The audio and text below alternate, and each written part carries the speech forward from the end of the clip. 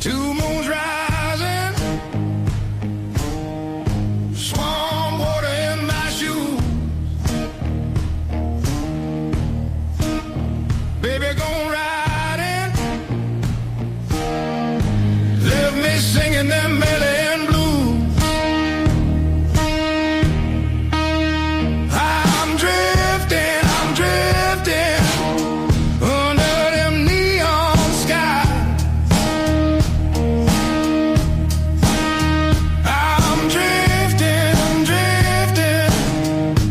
hear them swamp bees cry. I'm drifting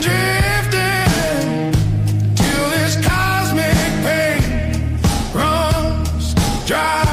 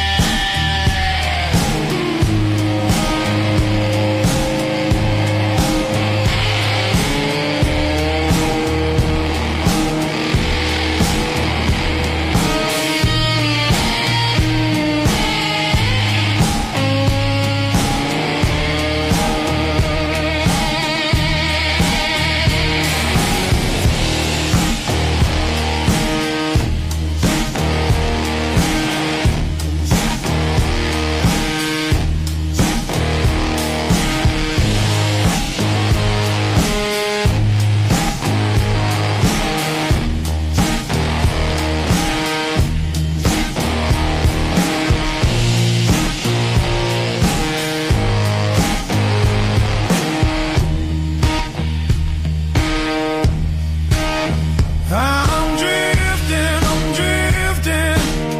under them neon skies. I'm drifting, hear them swamp bees cry. I'm drifting till this cosmic pain runs dry. Whoa,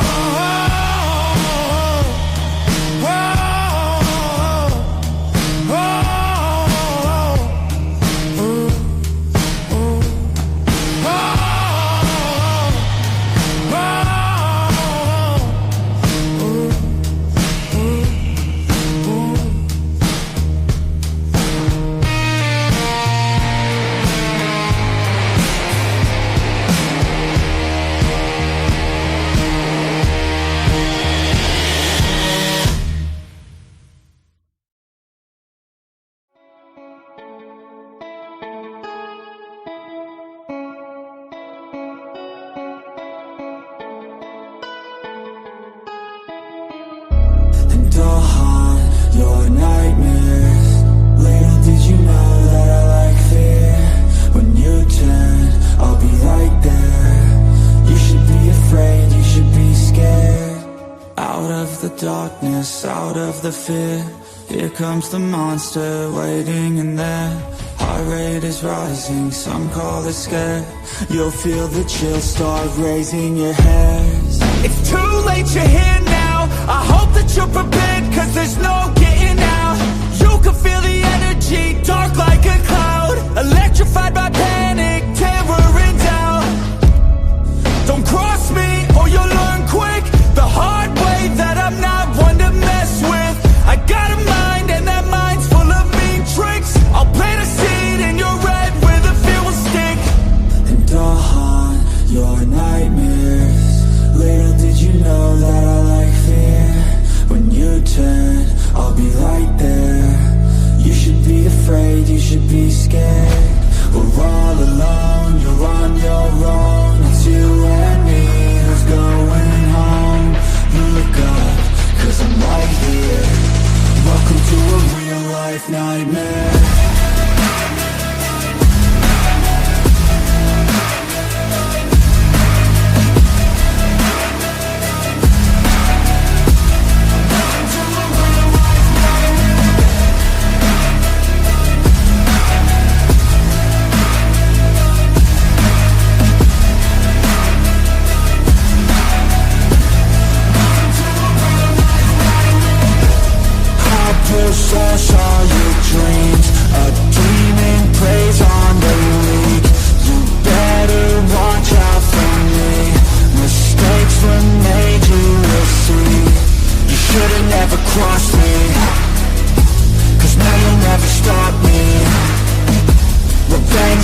calling. Now you're a dead man walking. And I'll haunt your nightmares. Little did you know that I like fear. When you turn, I'll be right there. You should be afraid, you should be scared. We're all alone, you're on your own. It's you and me who's going home. Look up, 'cause I'm right here. Welcome to a real life nightmare.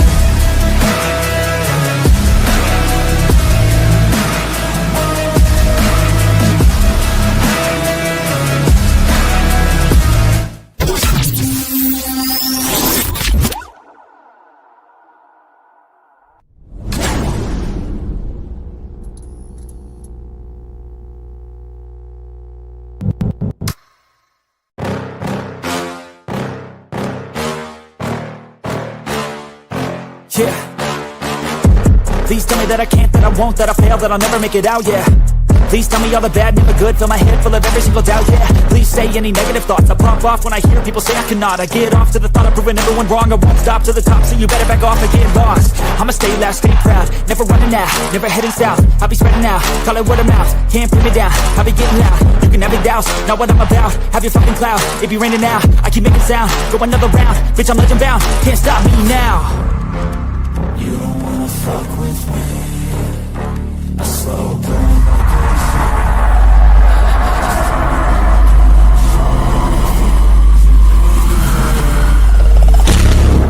just tell me that I can. Just tell me. Do a quick scan of the forest. I'm gonna try my best to... What the heck was that? What the heck was that? Look it!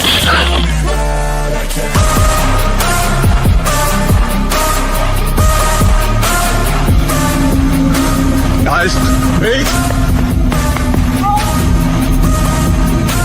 Oh.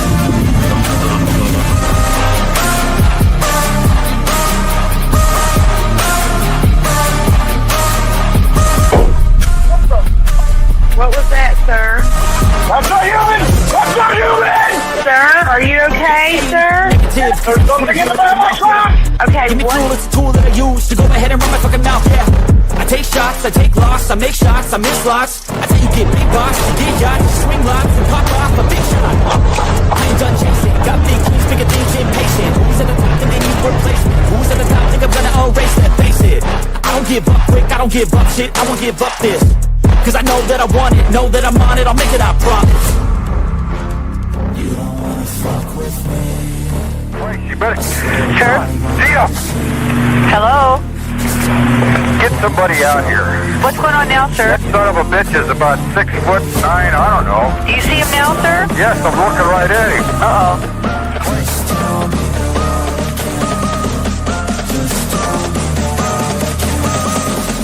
Just tell me that I can.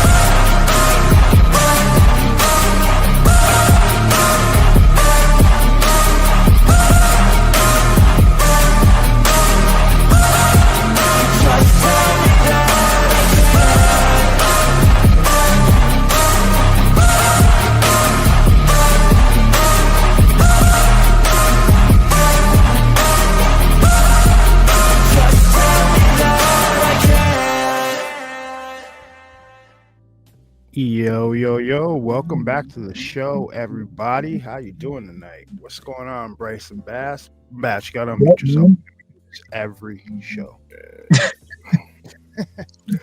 What's going on, everybody? Bass, Dude, that's a masterpiece, man. yeah, I think it's the best one I've ever did. I really like that one. It Yeah, took a that's minute. it. It took like a day to do that, get all that lined up together. But I'm glad you guys like it. So I want to say this. With this episode, with Bryce coming back on to talk about Pond Creek, we are starting the new season of an Impromptu Truth, hence the new intro, and we got a new outro also, guys. So we'll be seeing that one a little bit later on. But before we jump in, we got to do our normal rigmarole. So we got to go to roll call real quick. So let me hop in here and see what we got. All right, so I see we got Frankie Too Sweet, we got Shaky Adventures. What's up, Willie Cup? We got Tracker Warner, Bama. Who else we got up in here? I saw Deborah Mueller in here. Who else? I saw Truth Walker. Track Lorna, what's going on? Blues and G Music, what's up? Miss Arlene, how you doing? Who else we got in this? Mikey Metro, what's up? Who else we got? If I haven't said your name, just say something in chat so we can say hi to you. Everybody, you know we're all friendly over here. All right. Aaron Twitter experience on X. What's up? No, it's not a join link tonight. We're doing a special episode where we're talking to Bryce about his family property. Right. So we're gonna dive right in. All right. So Bryce is a previous guest. He's been on before. He's been on talking about his Hatman experience, and I believe he talked about Pond Creek once, a little bit once with earlier stuff that was going on. But we are bringing Brother Bryce back on to talk about the new experiences and everything that's been going on with his family property out there on Pond Creek. So Bryce, let's jump right in, man. So when you came on, all right. So let's for the people who are new here or haven't heard it before, we're not going to say what state this property is in, right? Because we know people will go out there and they start trying to look for the properties where they can, we don't need any of that. All these people need to know is that Bryce has a family property. It's been in the family for years. Numerous family members have lived on the property, and there's some strange stuff going down. All right. So I guess, you know what? It's best to start at the beginning, right? So let's start. All right. So let's dive in, man. So what happened? Let's get a timeline first. So what was you said your dad had an experience, right? So is it your dad? My grandma did, and I didn't even know that she had an experience until I don't know, a couple of years ago. Maybe even last year. I was listening to Bigfoot Society, and I got like the term that she used for what she saw that was probably in 1962, 1963. This guy was using on Bigfoot Society talking about Sasquatch. And then since then, I've heard it used as like an old timers reference to them, like, because they didn't say Bigfoot back then, things like that. But yeah, the story goes, Grandma, whenever I was about 10 years old, told me that her and my dad and my uncle, my dad would have been about 4 or 5, and my uncle was like, I don't know, newborn, 1-year-old at most. So this would have been, like I said, about 62, 63.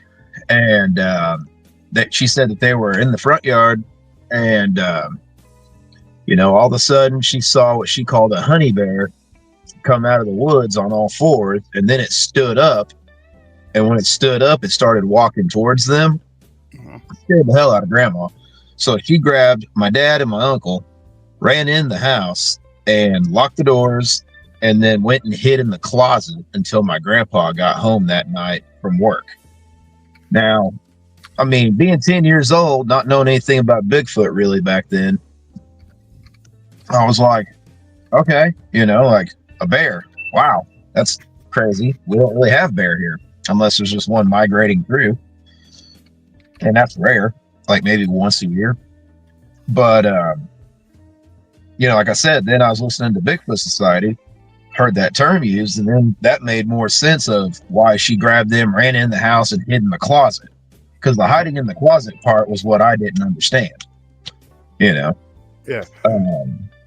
Now I know in the Bigfoot world, there's numerous terms for Bigfoot. You got honey bear, boogers, or all kinds of names. So yeah, I can understand that. Did your grandmother iterate what color the honey bear was? She said it was brown, like golden brown, darker brown, or just I would brown? assume golden brown, because like I said, she said honey bear, so I would think a golden brown, but she just said brown. I don't know. Or she passed away a couple years ago, so I can't ask her now. But it was weird though, because you think back, okay, well, as far as people I could talk to on about anything on the farm, that would have been the oldest story I got, and that was 60 years ago. Over 60. It's weird, right? Because you have your grandparents, right? And some of them have some of these crazy stories, and you really don't find out about it until you're older in age, and then you start after they're gone for a few years, you start thinking about like, damn, that could have been. I could have had a lot more stories from. I'm sure your grandmother had a lot more sightings than just that one that she had. You know what I mean? There could have been numerous stories she could have told you. It's just you can't. Like, we all come around to it a little bit later, and then we're like, damn, that was a wealth of information I just missed out on. Like me and my grandfather was in the Korean War. We never asked him about that. You know what I mean? So he was also in World War II. Yep. So right. So moving on. So your grandmother had the experience. Now we're going through we're going to go through the generations here. So next up would be your father. Right? Yeah. So 10 years ago, out on the farm, he was over at my cousin Jerry's place, which is just not even, I don't know, 500 yards from his house, because the whole family lived out there on the farm in various spots. And Jerry's passed since then, but they were out there and in Jerry's front yard, and it was about dusk. And Dad said, birds chirping, insects going, and then a bunch of coyotes started yipping and everything in the field across the road from Jerry's.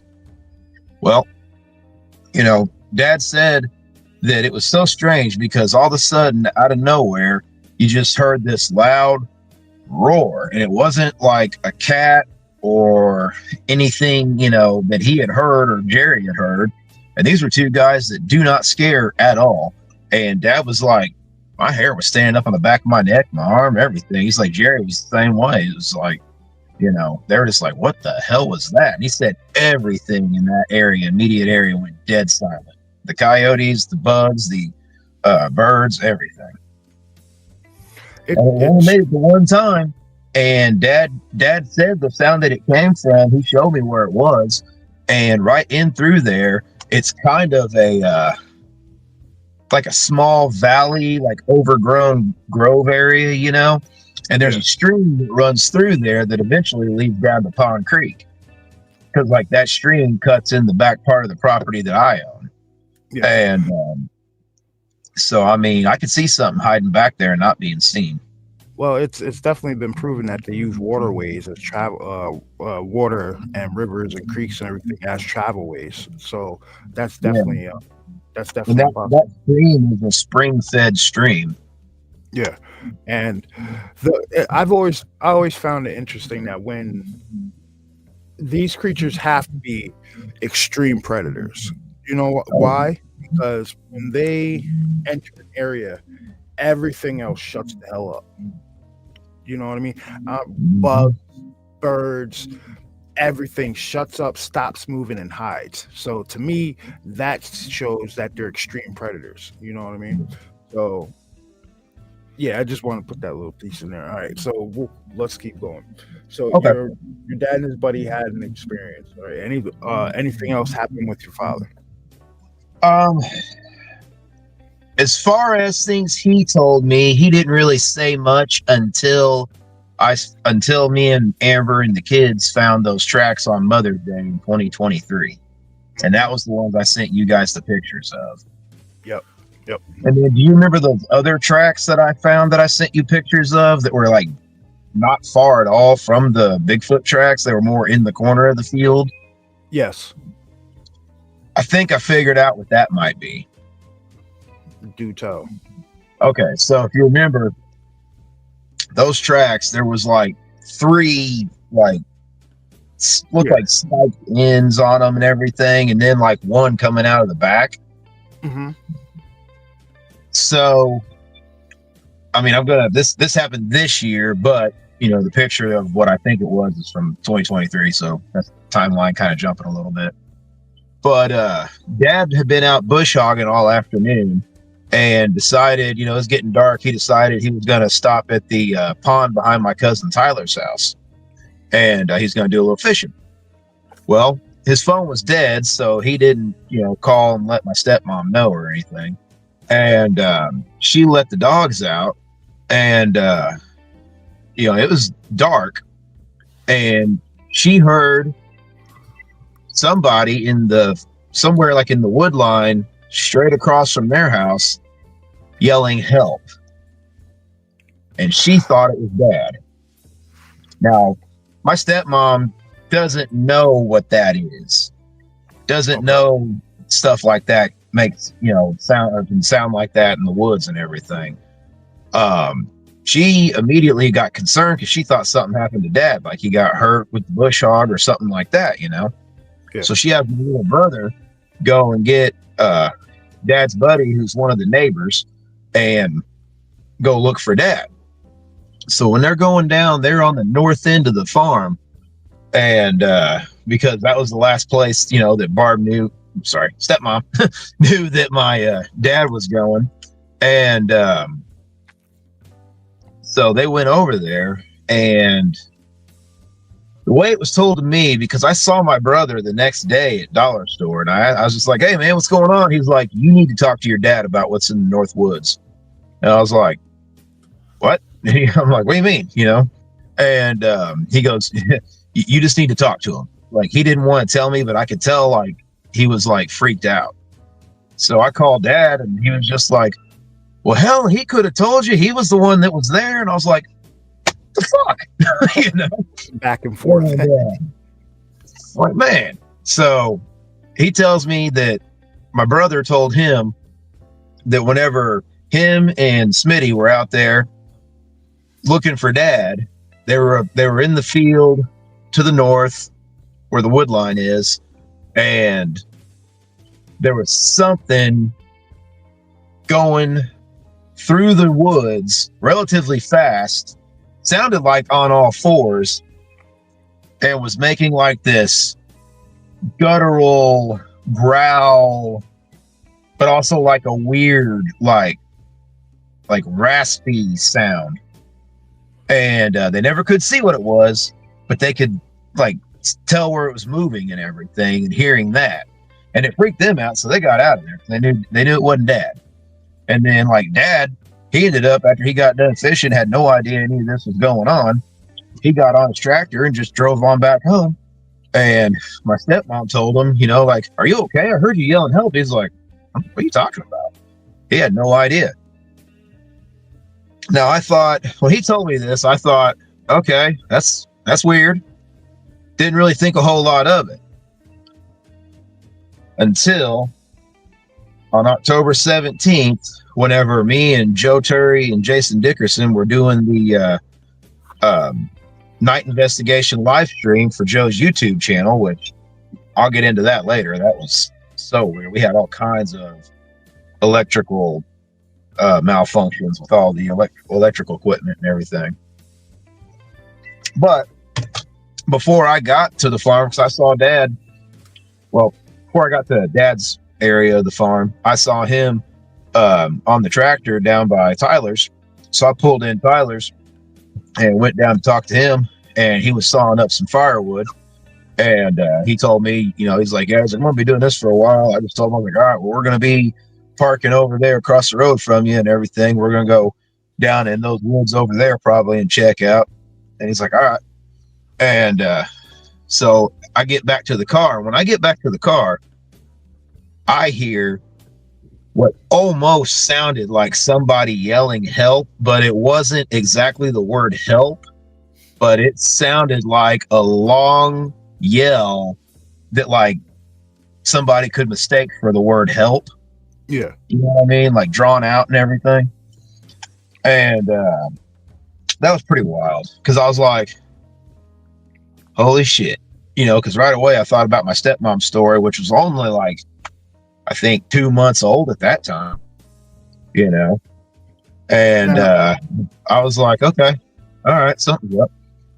And then so that was that as far as that goes. So I think, plus I've seen red orbs out there, and then I heard on another podcast, I don't remember which one, I think it was Paranormal Among Us. Yeah. This chick was talking on there about how her and a bunch of people were down in the LBL filming a movie, and that they came across red orbs, and like 3 crawlers came out of the orb. So I'm thinking that might be, because if I judge, like with what my brother's story was and everything, I think that might be what was on there. Only thing is, I don't know what a crawler print looks like. Does it look more human? Does it look something like those other prints that I found, or what? Because I don't really talk about those other prints that I found whenever I do shows, because it's like I'm talking about Bigfoot, seeing that, but like there's definitely something else out there. So I was just thinking that. I was like, yo, what are crawler prints? What do they look like? I was thinking, because of I don't know, I haven't heard any crawlers say like doing a mimic thing, but Wendigo do, don't they? Yeah, but that's more of like a spirit, though, isn't it? That like gets into somebody and then they become the Wendigo. Man, the lore on those things is so deep, man. It's hard to tell. I know you can become one by cannibalizing like a loved one, stuff like that. But it's weird that you bring up the whole seeing orbs and creatures coming out of it, because I listened to a podcast not too long ago, and this gentleman was talking about how whatever might be running this is using orbs, and they're actually projecting this type of stuff out of the orbs into like a physical manner. You know what I mean? So it's you've got crow. I hope that ain't what I got out there.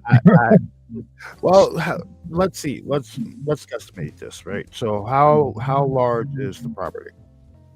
642 acres. 642 acres. And that's ponds, creeks, streams, dense forest areas, probably caves. Like all the other property around us that, like other people own, a lot of that's woods too. You got some farms, but most of it's woods. And like Dad said, you go east past our property line, there's at least 5 ponds that he knows of, from like the main road that cuts through our property to the road that my stepmom used to live on before her and Dad got together. So you're talking about maybe a 5-mile radius from there where it's nothing but woods with at least 5 ponds on it. Plus on our farm, we got 3. We used to have 5, but whenever the coal mine came through in Longwald, 2 of them drained. So within that 600, within that 5-mile area, I'm sure there is cave systems where these things are coming out of. There is an abandoned mine that the entrance, I don't think it's, well, at least 20 years ago, and I used to go out there all the time to that area, you could still get in those mine shafts. I don't know if you can now. All right. So now, am I mistaken? Didn't you say you were having Fey activity too? Maybe. It's just weird things that I don't really know what the hell it is. Well, let's see if we can figure it out. All right. Well, I'm going to get back to 2023 for the new listeners of the story.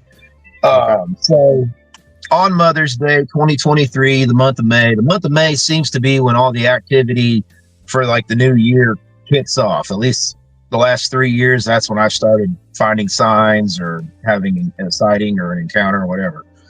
But on Mother's Day 2023, my wife wanted to go and look and see if we could find some morels out on the farm.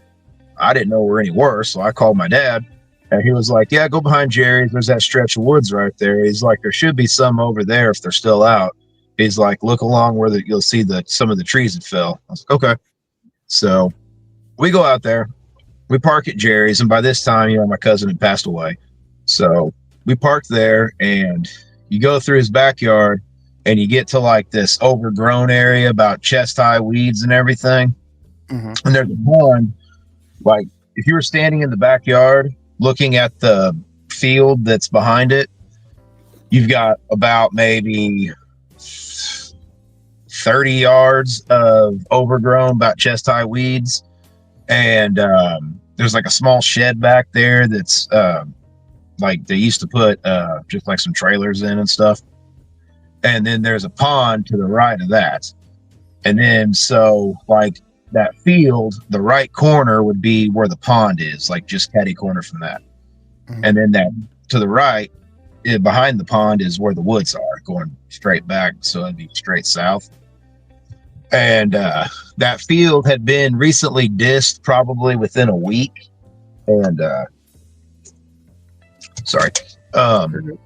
so first when we were going through the tall weeds, I noticed where it looked like either a big group of deer had bedded down or just something big had bedded down. And I found that to be strange, but I mean, it's not out of the ordinary. Deer do that. But my kids got a little ahead of me, my oldest boy. He goes, "Hey, Dad, hey, I see footprints." And I'm like, okay. So I get up there and I'm like looking, and I'm like, thinking maybe somebody's been out here walking around on the farm that ain't supposed to be out here. And so I get there and he shows me, and you see these huge fucking prints. Like, I wear a size 13. I put my foot next to them, and there was another 5 inches, dude. They were 18-inch tracks, 5.5 inches wide. Jesus. Yeah, big boys. And it wasn't like, because the ground had been recently disked or tilled, but, with tractors, disked. So it wasn't like somebody was wearing boots and just walked through it and the ground spread. I mean, because that will happen. It will spread a little bit. Yeah. But, like, if you remember those pictures, you can make out toes. Yeah, you can. And like, it looked like it had like grass or moss or something on the bottom of its foot. And one of the prints, I think it's the print that my foot's next to. And it looked like, that came off like in the dirt of the field. Like there was no grass there. So, but they were cutting the corner of the field, heading like from where we had come in the tall grass going to the woods. Now, these prints didn't look very fresh. They looked, maybe 3 to 5 days old. And so, I was like, well, let's go on and see. So we start walking towards the woods and come across a deer carcass. Now, this deer carcass was really weird because, like, you see a deer carcass, torn up, you're thinking, okay, coyotes got it. But like the bones would be scattered everywhere. Yeah. This wasn't. This was like something literally picked up a deer, ripped it in half, cleaned it pretty well all the way clean, except for on the front half, there was some fur going from like the, I guess, knee joint down to the hooves on both front legs. But otherwise picked perfectly clean, like no insides, nothing. There was one half where we first come across it, and then about maybe 20 feet up the other half, but like still together except for where it had been separated. So it's like the spine had been broken and just separated. Yeah. How old was the how old would you say that deer carcass was? I mean, with it being picked clean like that, I'm not really sure, but like with those prints only being less than a week old, I'd have to say the deer carcass had to be that too. Like, was there any, did it smell like rotted meat around there or anything like that? Not that I remember. All right, so if it didn't smell like rotted, that means it probably that day that it walked through there, it probably grabbed that deer up and did what it did, and then left it lay. Yeah, if there wasn't any real smell. Now the question: size 18 track, 5.5 inches across. That's How a big big? boy. How big a creature are we talking here? Are we talking like we're not talking a 7-footer? We're talking probably closer to 9-10 feet. Mm-hmm. Probably. How deep were the impressions in the mud? They weren't like big time sank in, but they were probably 1.5 to 2 inches. Because I mean, it did rain a little bit, you know. Because in May here, it rains a lot. So I mean, the ground had kind of filled a little bit, but I would say probably close to 2 inches or right at 2 inches at least. Now, like I said, we're not going to reveal the state you're in, but in the state you're in, is May when it really starts to like warm up, everything starts to start sprouting, Yeah. everything like that. Yeah, pretty well, because like April, sometimes it'll be getting warm in April, but it'll only be like, 50s. But usually in May is whenever it starts getting like high 60s, maybe even low 70s on some days. And like that day on Mother's Day, it was right around 70 degrees. It's a beautiful day. So what I'm guessing here is like May is probably the travel like the traverse time, beginning of the traverse season for these creatures in that area. Do you know what I mean? Like they probably move somewhere where when it gets colder, and then they move back up to your area when it warms up, and then because maybe, I don't know, because as of last Sunday they were still there. Oh, they're still lurking around. Mm-hmm. You remember that message I sent you? No, maybe it hasn't gotten that cold for them yet. Has it started snowing up there yet?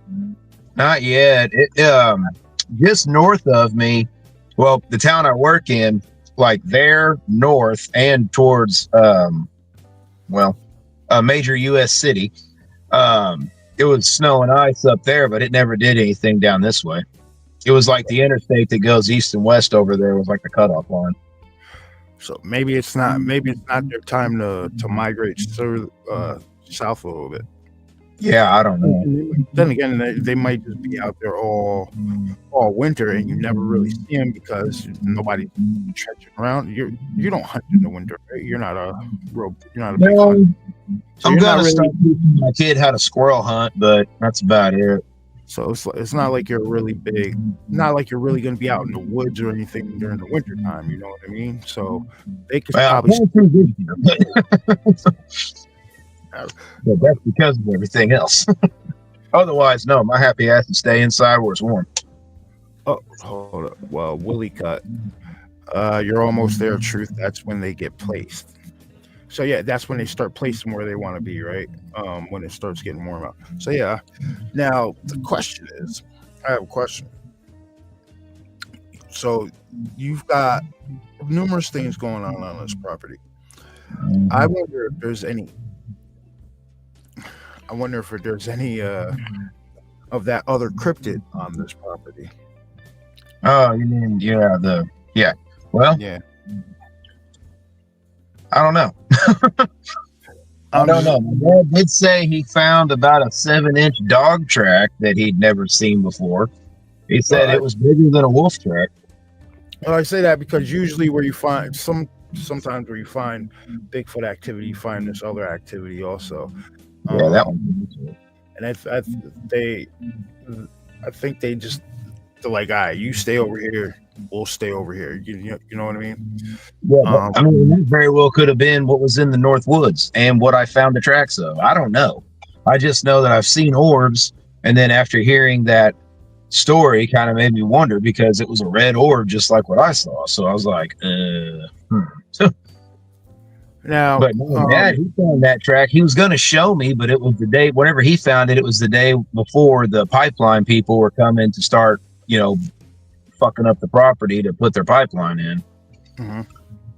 And I think it's a natural gas pipeline, but I think that may have stirred up some more activity this year too, because they had, cleared, some trees and, dug up the land and everything. Because that property itself, we've had it since probably the late 1850s to the 1860s, somewhere in there, whenever it became Edwards property.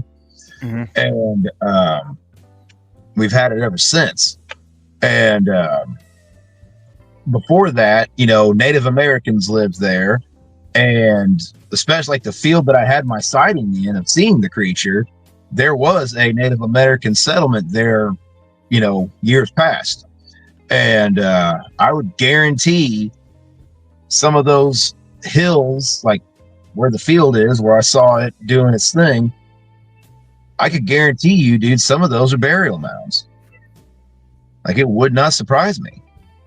And furthermore, in the field across from where my sighting was, there used to be a fort there that was apparently, after I did a little research on it and everything, the fort was one of the first built in America's expansion westward of the Ohio River. So they clashed. And the local university for this area, they came out, I want to say it was in the 80s, and did an excavation of the fort and found a bunch of, you know, like trinkets and musket balls and remnants of a sword and some other shit. And but they also found a lot of Native American artifacts too. And so there's no telling what, you know, caused them to come there. So before we move forward, I want to ask a question. Have you or your family members ever experienced any like haunting activity there? Any what? Haunting activity. Yeah. So I got a funny story, but it is a haunting story. So my great uncle and my great grandma, my grandpa's mom and his brother, they lived in this house that my dad now lives in. Well, after Uncle Larry, he passed away of brain cancer, and then probably 7 months later, my great grandma, she was 99. Just the common cold took her out, but I mean, she lived a good life. You know, 99 years old. She was in great health up until then. So Grandpa asked me to move in there. That way somebody was on that end of the farm where all the equipment was and everything, to keep an eye on it. I was like, yeah, sure, no problem. Because the chick I was with in college, me and her broke up, and I moved back and needed a place because my bedroom had kind of became my niece's nursery. And so I moved in there, and, you know, it's a funny thing. Like, my great grandpa used to, with his brother had a still, and then he would go deliver, get the money and all that kind of stuff, you know? And, but Granny, she never allowed drinking in the house, you know, like never. So like the first week I'm there, you know, what does the guy do whenever he gets his new place and all that kind of stuff, whenever you're only like 22 or something like that? You go and you buy yourself a 12-pack, and you're like, all right, I'm going to have a couple beers at the house. You know, got a place myself. Well, I got the beer, got in the house, grabbed one, sat in the recliner, her recliner, and cracked it open. All of a sudden, this picture that was on the wall above the couch that's never moved, been like, once it got placed, that's where it sat, goes flying off the wall into the middle of the living room floor. Didn't drop down, hit the couch, and then bounce in the floor. I mean, just like thrown.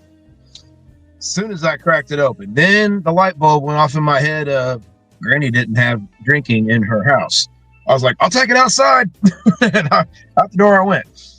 Kind of freaked me out, because like when that picture came off, dude, you could see like the you know, dust ring or whatever, you know, where it sat there for so many years. And yeah, I mean, that was kind of trippy. And you haven't had an open beer in that house since, huh? No, hell no. No, I always drink outside, even if it's winter. I was like, fuck it, I'll build a fire.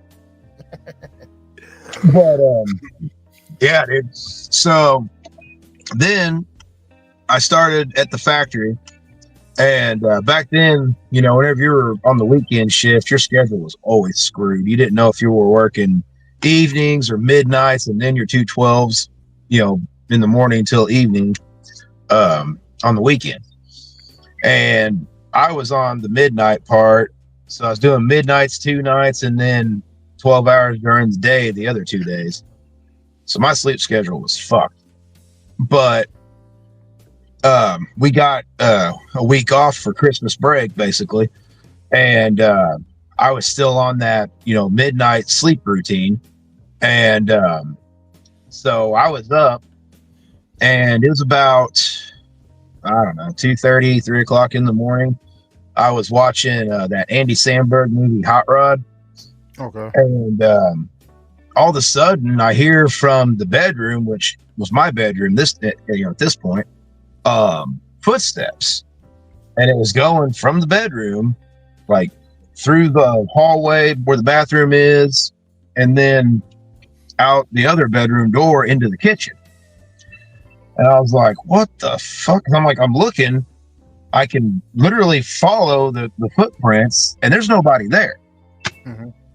Go in the kitchen, few seconds go by, comes back.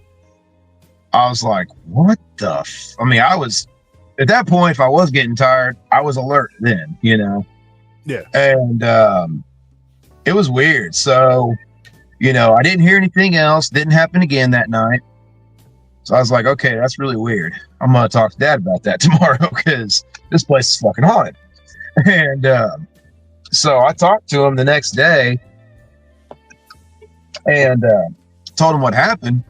And he just kind of looked at me. He was just like, yeah. And I'm like, what do you mean, yeah? And he goes, well, whenever Uncle Larry, was in bad shape with the brain cancer, and, Granny just being as old as she was, they had at-home health care during the day and like up till just after dinner. But then my dad would go over there and do like after dinner throughout the night until the home health care lady came back in the morning. And he said that usually around 2:30, 3 o'clock at night, Uncle Larry would get up, go to the kitchen, make himself a little glass of juice or milk, drink it, and then go back to bed.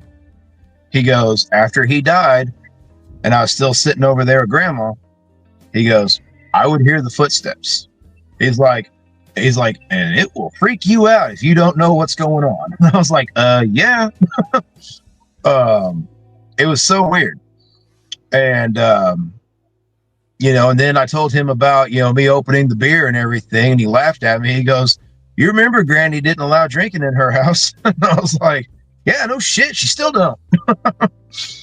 But, yeah, so there's that. And then I've seen what I can only describe as shadow figures in various places on the property, usually around the woods, in the woods. Sometimes you think it's somebody there, but it's it's solid black. It's not somebody in sweatpants and everything. Yeah, that's what I wanted to ask you next. Have you had so has there been any activity tied to Native Americans on the property? The shadow people might be part of that, hanging out in the woods. Have you heard anybody heard oftentimes you often hear people talk about they hear drums out there or chanting or anything like that? And anybody experienced anything like that?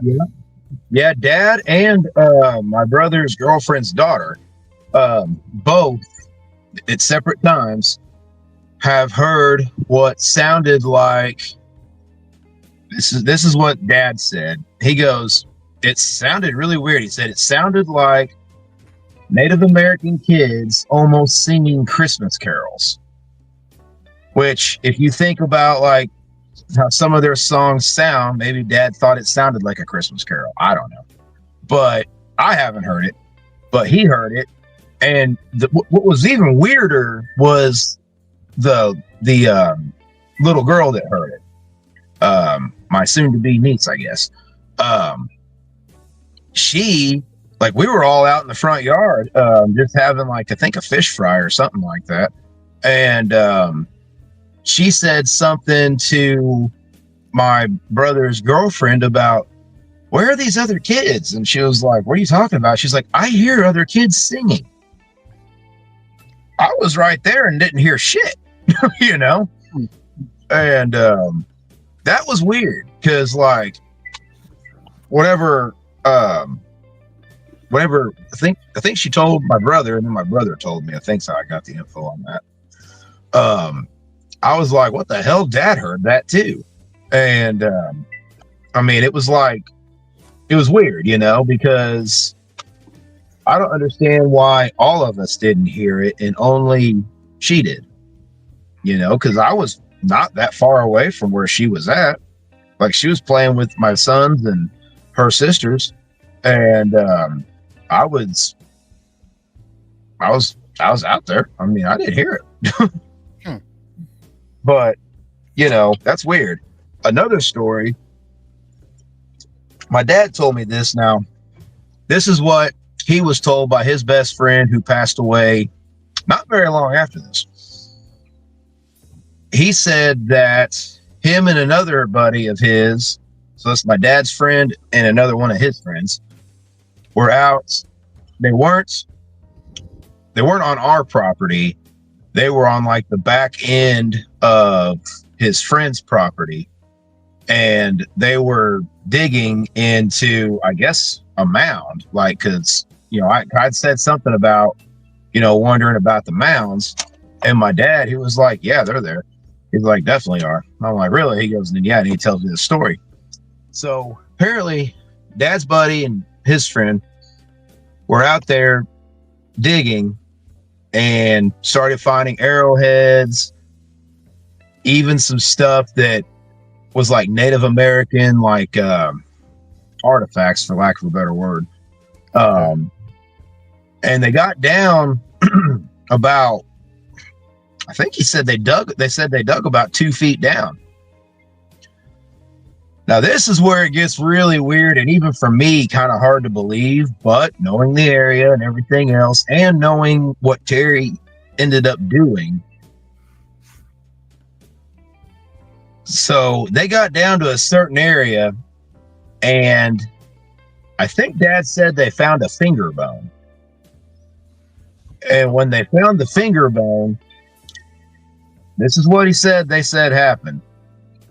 All of a sudden, this, like, full body apparition of an Indian brave started coming out of the ground, looking right at them, and according to them, looked pissed. No shit. Yeah. So they immediately buried everything back and put all the ground back in and everything like that, and took off running like a bat out of hell. And it never did come all the way out, but it started to. It got about shoulders to upper chest out, and then they put it back in the ground. Yeah, and then it wasn't too long after that, his buddy went, and because his buddy had one of the biggest collections of arrowheads I've ever seen in my life. I mean, he's got more than the museums do. Well, he used to. He ended up taking and burying all of those back as well. And then not too long after that, he ended up passing away of a heart attack in his sleep. And he was only like 50 something. He took that whole collection and buried it. Yep. And it, so how that bad? And this was how long after their experience with this, with the ghost of this native, did he go and bury the rest of his collection? I would say no more than a month, probably 2 weeks. And he had, it makes you wonder, because he had the collection of arrowheads, but he didn't have an experience until they dug up that bone. Yeah. So after they had the experience with the bone, did he start having experience with his collection? Maybe. I don't know. Because my cousin Jerry had a big collection of arrowheads too, because you used to be able to find them in the creek all the time. Like anytime there'd be a big rainstorm come through and the creek would get to flowing really good after it would die back down. Because used to, before the coal mine had to reroute the creek, used to, a lot of times it wouldn't have much water in it at all. Now it's always got water in it. But so after a big rain would come through, you could go down there in the bottoms and you could just find arrowheads and pieces of worked on flint and everything like that. I remember doing that all the time as a kid when my cousin Jerry would go down there and look. And so, I mean, it was easy to find them. But yeah, I mean, he got rid of his entire collection. He never did sell any of it. He always held on to it. Like I said, he had like big like spear pieces, and I mean, it was wild. And then when Dad told me he buried all of them, it was after he had passed away, but he told me that, you know, he buried all of them a couple weeks before he died, which, I mean, like I said, it wasn't that long after that happened that he ended up dying. Had a heart attack in his sleep. I mean, he smoked, you know, cigarettes all the time, but I mean, he seemed to be in pretty good shape otherwise. That makes you think, did something scare him? Did something scare him to death in his sleep that caused it, or did something scare him enough in his sleep to cause his heart to race like that? You know what I mean? Yeah, it makes me wonder, you know, like more and more, like then I didn't really think anything of it. You know what I mean? I was just sad for my dad that his best friend died. But now, knowing everything I know and looking back, it's like, could they be connected, you know? And I mean, I'm gonna go with a maybe, because I mean, I definitely think there's a connection there. Yeah, for sure, because it's like, how else, you know? Yeah, hypothetical here. So you know what? His whole demeanor changed when he saw this native coming out of the ground, right? Yeah, Dad said that he, like, even telling the story, he was still freaked the fuck out. Now, the question: do you know which one of them handled the bone? No, I don't. Because that may play a part in it too. Yeah. Your dad's friend handled the bone. Touch it and get cursed or something. That thing might have been cursed, or he got a little bit of that energy transferred onto him. Mm-hmm. And you know how they say these things follow you home. Yeah, that hitchhiker effect.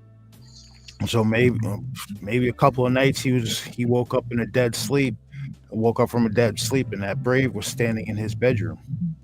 Could have been. I mean, it could have very well been.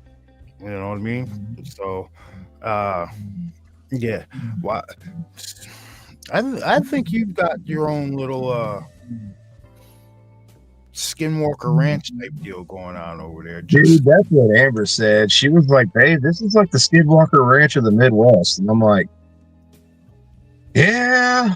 You know, I had to think about it for a minute, and was like, "You got cryptids, you got cryptids, you got haunting, you got fae activity." And UFOs.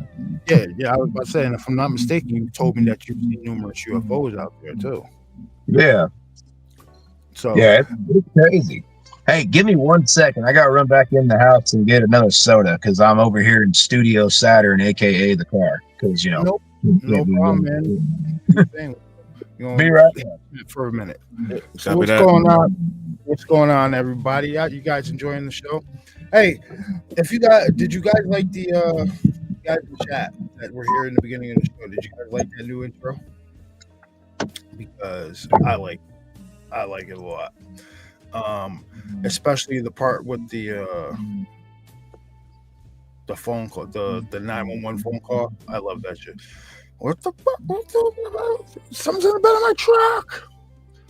But if you guys have any questions for Bryce, drop them in the chat. I'll put them on the screen and we will try to get them answered. But we are still chugging along here. We've got a lot more to discuss because he's only gotten up to 2023. Still got 2024, 2025. That's what's been going on here. And Yeah. So we're back, and we're back, ladies and gents. Ladies, All right, sorry about that. no problem, man. Don't worry about it. Oh, Matt Bass, I'm gonna need you to take the reins for a minute because I need to go get a new drink. I ran out of coffee. Okay. All right, I'll be right back. The fuck? Okay. Yeah, the kids like to fight over Fortnite and all that shit, so I figured to spare everybody them fighting in the background, I just come out to the car.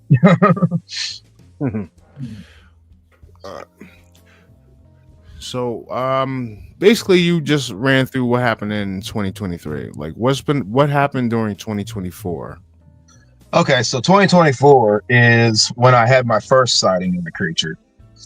And so basically what happened was, my dad called me and he wanted me to bring my grandpa out to him on the farm. I think it was something like, my stepmom was at work and he didn't have a vehicle to get into town. So he was like, hey, just bring him out here. Grandpa was, battling dementia. He's since lost that battle back in April. But at the time, it was me, him, and my youngest son, who was 3 at the time. So taking him out to the farm. And, it's country road, so you need to drive slow. So I was going about 25, 30 miles an hour. Go across the bridge where the creek is. And there's a small line of trees, because of all the water from the creek. It's all grown up right there. And then you've got the fields on both sides of the road. Well, start coming into the clearing where the field is, and out of the corner of my eye, I catch movement. So I look over there, and it was really crazy. About 65 to 80 yards in the field, right where the hillside's coming down in the field, I see this big black creature hunched over, digging with its right arm into the hillside and thrashing the dirt back, and it's doing that the whole time. I don't know what it was after, because this is broad daylight, about 3:15 in the afternoon. There wasn't a cloud in the sky, wasn't windy or anything like that.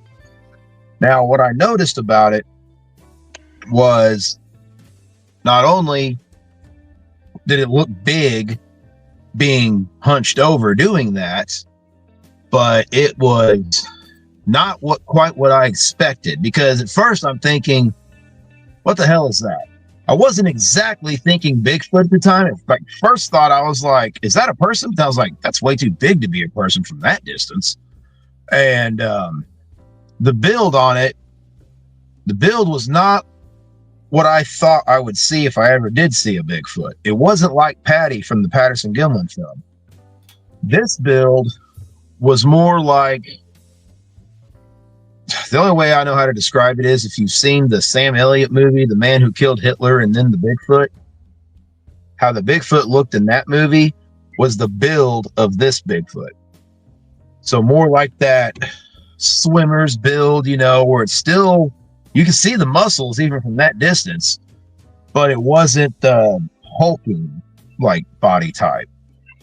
And this sighting took about 4 or 5 seconds, and I did see it stand up, but when it stand up, it turned its back to the road where I was at, so I never got to see the face. That's still to this day bothers me. But it just started walking, and it was walking in further into the field. There is a tree line back there, but then you get past that small bit of a tree line, there's another field, and then 2 miles of woods. And that 2 miles of woods is back in there where my dad's friend and them were digging whenever that Indian spirit came out.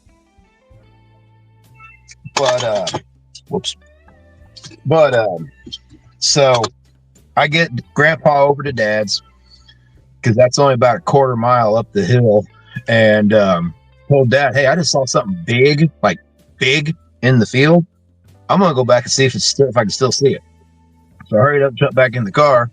Me and my youngest, he couldn't see anything because he was in his car seat.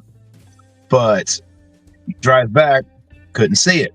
So I get home, tell Amber about it, and she's just like, I knew there was one out there. I go, well, I was like, I don't know what it is exactly.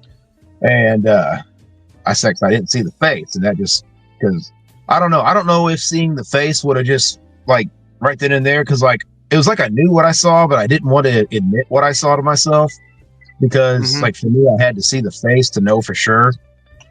And you know, so we went back the next day. It had rained that night because month of May.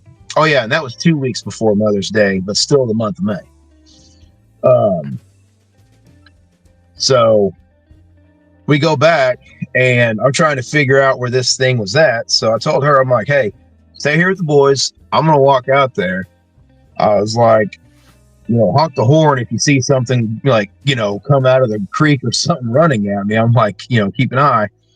And took me a little bit, but I eventually found where it was at. And I remember I sent you guys pictures of that because I found the print. It measured about 16 inches. And like I said, because it was on a hillside, it was partially filled in from the runoff. But I also found the scrape site where it was digging. And I mean, it was big. Like, you know, whenever I put my hand to it and everything, like my hand could almost go in it, like pretty well. Like, I mean, it had collapsed a little bit because of the rain, but I figure if, you know, it hadn't collapsed, I probably could have got my hand in there, no problem. But again, like I didn't find a dead animal or anything. So I don't know what it was after. You know, for all I know, it could have been digging for like grub worms or something. But so I found that, took the pictures. Amber said that whenever I was just standing in the field looking as far down as I was, that she could barely see me. And then whenever I bent down to take the pictures of the print and the dig site, it was like she said that like I disappeared. She couldn't see me at all because like just how you got like the field kind of going like this, and then you've got that hillside coming from like, what would that be, east, you know, going down west. So it's kind of a wavy, hilly area after the coal mines. Well, the wavy part anyways. But so I'm trying to figure out where it came from. And I assumed the creek because whenever I saw it, it had this, like, I don't know, like a shine or a sheen to it, or maybe it was wet, but like with the sunlight hitting it, it kind of reminded me of like, you see like a horse and how the sunlight will hit its coat, how it kind of shines. It reminded me of that. But this was solid black and massive. When it stood up, it was really big. But like I'm 5'10", and keep in mind, I was standing in the field and Amber said she could barely see me. And then when I bent down, I was gone. This thing was bent down. I could see probably when it was bent down, like upper thigh and full upper torso. I'm 5'10". She could barely see me standing there. That thing was bent down. That had to be 8 feet at least. And whenever I figured out where I think it was coming from, was from the creek, because you could see where like something big had been kind of making a pathway from the tree line into the field. And it was bigger than like a deer path or anything like that. I went back in there looking around. And I was trying to see if I could find any like more prints or, you know, something, some kind of a sign. I just happened to look up, and this one tree, there was a break where the branch was broke, like right in the tree where it comes out at was broke. But it wasn't just broke, it was twisted like 2 or 3 times around. Like they went like that? Like whenever it broke it, spun it around. And I was like, oh shit. Okay. And then I was like, I need to back out of here. So I backed out, started going towards the car, got in, showed her the pictures I took and everything. I was like, yep, I saw it. So I'm still trying to figure out, like, okay, what was that? So I end up reaching out to Joe Doyle from Hellbent Holler. Mhm. And I was like, hey man, if you got some free time, dude, I saw something really weird, but I need to talk to you on the phone because typing it out is going to take way too long. I think I'm going to read like a nut job. So he called me. We talked for like 2 hours. And he was like, nah, man. He's like, I really feel like that was a Bigfoot you saw. I was like, holy shit. Okay. And like, I guess being on the farm my whole life, I didn't realize that much acreage is a lot, especially nowadays. And because he was telling me, like where they live, he's like, you may see one that's like 150 acre farm or something like that. And that's considered big in South Carolina. And I was like, oh, okay. But so let's see. I got my little notes right here. Okay.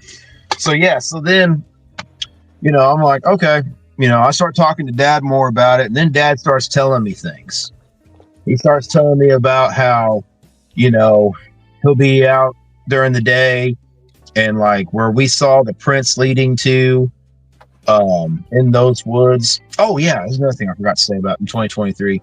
So when we got into the woods over there, after we found those 18-inch prints and everything, we also found like a weird small tree structure. It was just like a bunch of like, probably no taller than your knee, sticks, all like teepeed and leaned up against the side of a tree. Okay. But it wasn't the way that they were put. It wasn't like they just like a storm blew through and they fell out of the tree up top and just landed that way. Like these were all individually like placed, deliberately placed there. Yeah. And I just thought that was weird. I took a picture of it, so I was like, that's weird. But, it could have been like a marker or something, maybe like a territory marker. Because I think that's what that tree break was I found where it was wrapped around like that. I think that was a marker or like a warning or something. That might have been the alpha letting everybody know, all right, this is my area. You guys stay over there. You know what I mean? Could have been. Definitely sounds like you saw the one that you saw was the alpha from the size comparison. Yeah, but at the same time, the footprint was shorter. It wasn't the 18, it was 16. So I don't know. But I think maybe the second time I might have seen the alpha. I don't know. Maybe that second one, that first one that you saw, that you were discussing, maybe that was the female. Could have been. You know what I mean? Yeah. Or maybe it was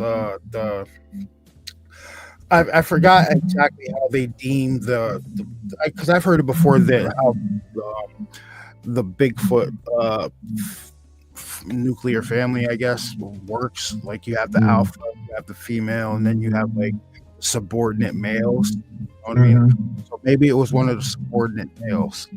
Yeah, it could have been. It was you definitely I think you definitely have an alpha out there on that property from that size, from a size 18 inches. How big was Shaq's damn foot? Shaq wore a size 18, right? Shaq wore like a size 23, 24 or something like that. Yeah. I know Sean. You guys remember that basketball player Sean Bradley? Man, that name sounds really familiar. I can't put a face to it, but he played on the Dallas Mavericks. He was part of the Monstars and Looney Tunes. Okay, yeah. I think he wore a fucking huge size shoe. And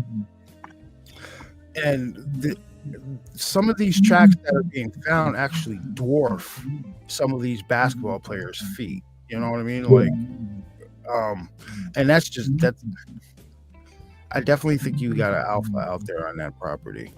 You might have a whole Bigfoot, a whole clan out there. Because of what happened last Sunday. That's what I'm thinking.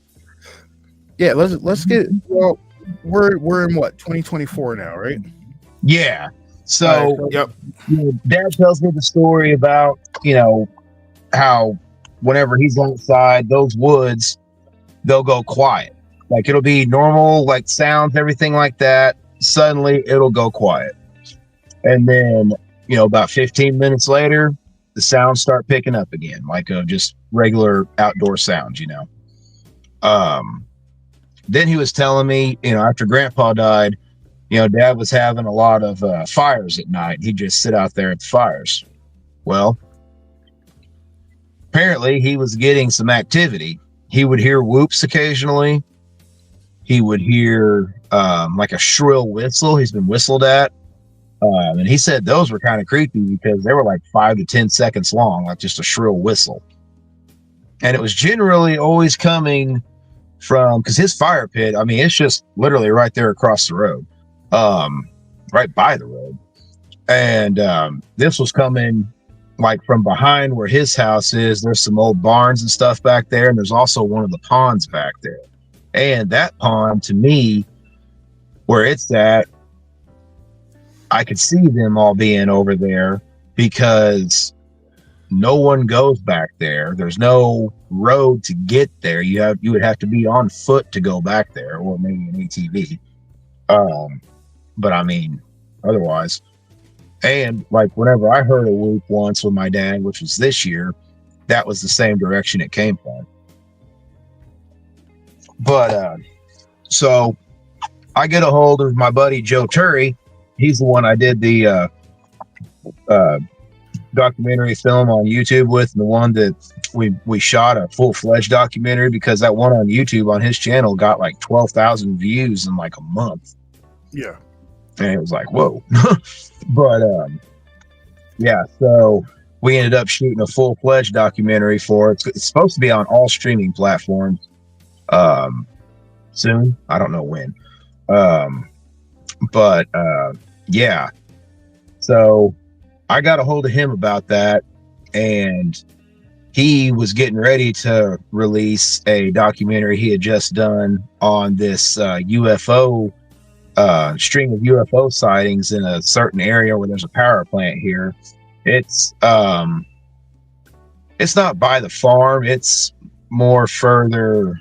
What would that be? It's basically, you're basically going right at the state border to the next state next to it.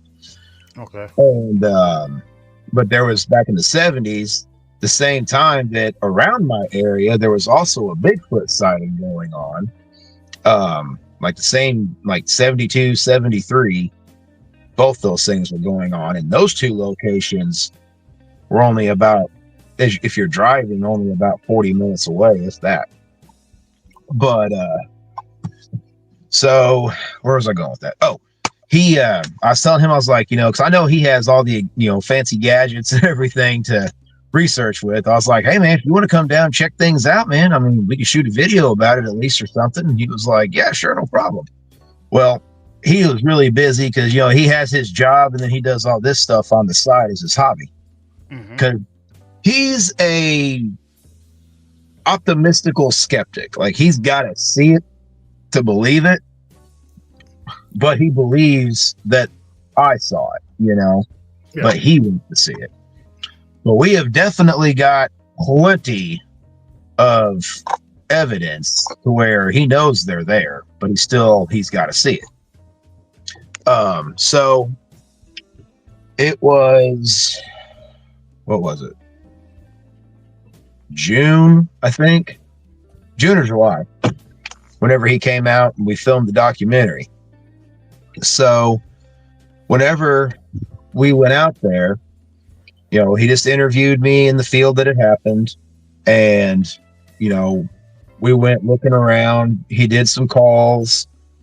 We didn't really get anything much, but we did, strangely enough, come across another, I'm going to call it a possible dig site, because it was like, we parked right by it. Like, the cars, like, we pulled into the field and just parked alongside, and then got out, but we didn't notice it at the time. We noticed it when we were coming back to the cars. It was only about maybe 30 feet away from us, but it was just, we saw a bunch because, you know, the field, you know, they had corn in it the year before, and they hadn't got it ready to go and be planted yet because the stuff going on with the pipeline, they had to plant late. Yeah. So whenever we were coming back, we noticed this big mess of corn stalks, like all like circled up and everything. And then whenever we got to looking at it, at first I thought it was a footprint, but whenever we got a closer look and like used flashlights and shit, it was a handprint. It was like digging in there and like pulling out. And I mean, dude, like it was so freaky because like I put my hand in it and it was way bigger than mine. And I got a big ass hand. And so that was crazy.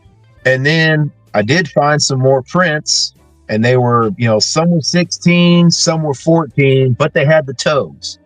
And that's how come I knew it wasn't like our prints or, you know, the family, the farmers that we rent the land to farm. Like it wasn't any of them, because you would find those prints too, you know, later on after they started doing their work out there.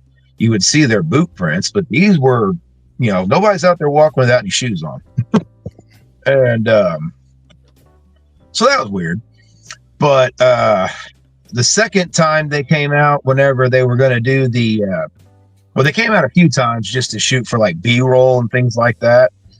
And whenever they came out to shoot for the full-fledged documentary, we had some activity that day. This would have been late August. Okay. And of this year. And the matter of fact, it was the Wednesday before whenever I heard the whoop with my dad, because I had used Dad's lawnmower, and he was doing some work and stuff. I think he was helping my uncle remodel his house.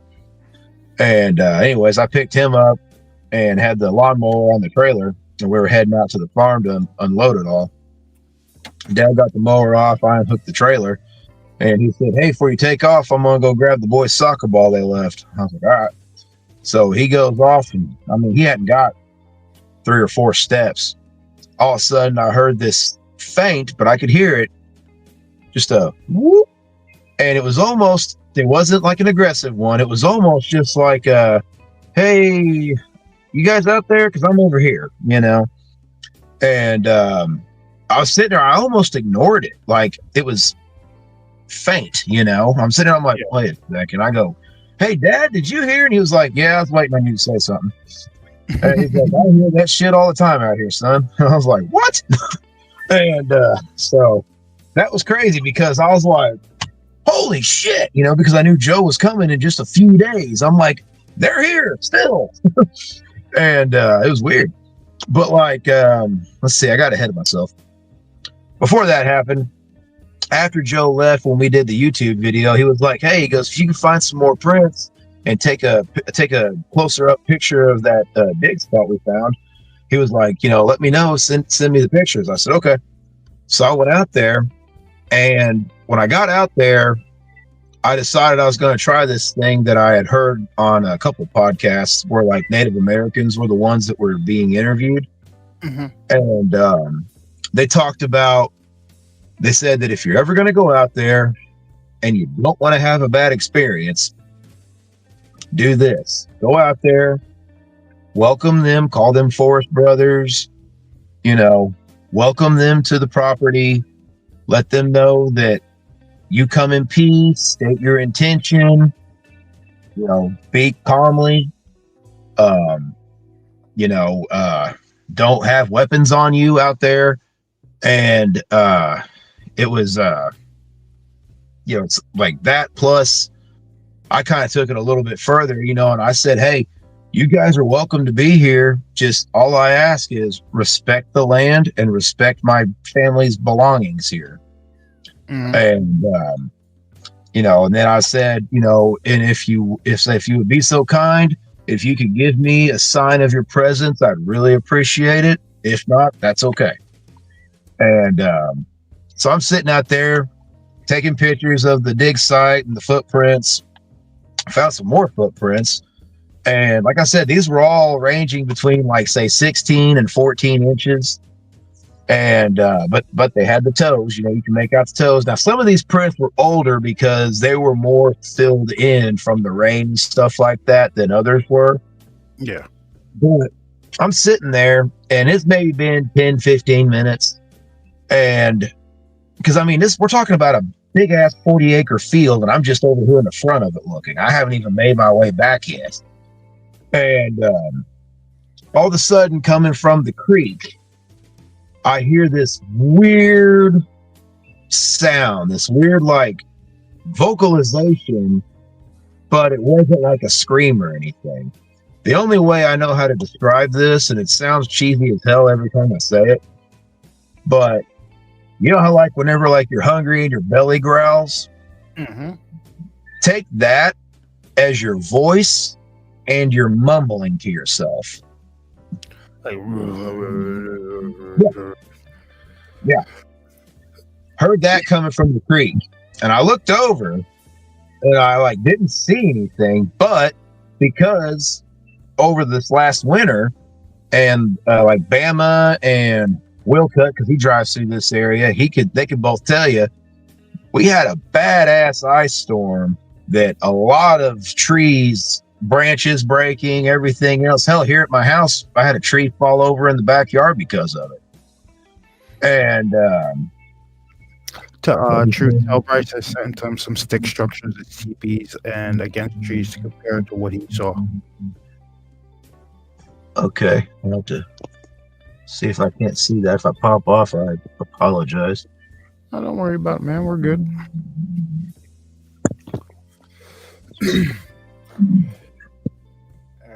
So yeah, Mark, we started. All right. So the way we started the interview is we started with what earlier family members have seen, and we're working its way up until present day. All right. So we're good. All right. Yeah. Okay. So one of the pictures he sent, there was like two branches, looked like two sticks that had been like leaned up against the tree base, like that, but smaller cut. And they didn't like, they were like all just like individual sticks. Like it wasn't like you had like the smaller branches coming off the stick. So I don't know. But yeah, so shit, where was I? Oh yeah. So I hear that and I'm thinking to myself, okay, am I hearing like somebody on a dirt bike, like off in the distance or something, or maybe even a dog? No, like this was coming from the creek area. But because, like I said, I couldn't see anything because all those trees down there now, like, well, I can't even find where I found that break. That break was 10 feet up in the air, the one that was twisted around. Yeah. I can't even find that anymore because all that shit's fucking broke down right there. It's all breaks. And anything could be standing right behind that and you wouldn't see them. I don't know if it was standing there or if it was in the creek, like just looking, above the, like where the creek bed turns into the ground. But I heard it and I told Dad about that. And he said that he'd heard something similar before. And he always called it the warbler because to him, that's the sound it makes. And so that was pretty weird because he's heard. Have you ever heard, I think it's the Sierra sounds, what they call the samurai chatter? Yeah. How now through all they had a like a high powered microphone and all that. That's how they captured those sounds. Yeah. Do you think that's now we're just throwing out some hypotheticals here. Do you think it's possible that that's what you might have heard that night, that type of samurai chatter? It just might have been way off in the distance and you were using your ears to hear it? It could have been. If I remember correctly, though, the Sierra sounds, they sounded more, for lack of a better word, hyper. when how they were doing it. This was more like just like, oh, okay, he's in the field. All right. You know, like it was like talking to himself. Or maybe it was talking to another one that was there. I don't know. But that carried on for a good 10 minutes. And of course, the whole time I never thought to take my phone out and record it because I kind of thought, you know, you hear enough about them, stories about them with people that they seem to know what phones are. And, you know, they cut off anything they're doing or they get pissed or something like that. So I was like, okay, I'm just going to keep doing what I'm doing and just listen. And if I see anything come out, my ass is taking off running for the car. But I never did get a negative vibe from it, though. Like it just seemed like it was making its noise, like, you know, because I did ask for it to give me a sign of its presence if it was there.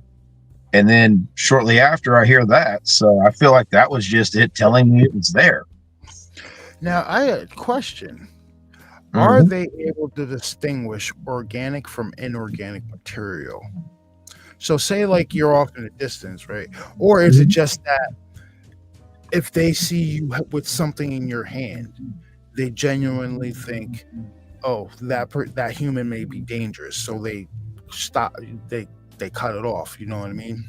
Because maybe they've been shot at before, or depending on how old they are, they might have had run-ins with Native Americans who were using arrows and spears and shit that came out of their hands. Yeah. So maybe they can distinguish. I think they definitely distinguish weapons, or if somebody's holding something in their hand. It doesn't matter if it's a phone or not. You know what I mean? Yeah. Right. Whenever I was on Tinfoil Tales a few weeks ago, Brandon brought up a good point. He wondered if maybe somehow they were conjured by the Native Americans, and now because the Native Americans aren't there anymore, they're just forced to be there and don't have any way to be sent back, if you want to go that route. Well, I don't know about that with the big. Yeah, I don't know either. I mean, I'm open to all suggestions.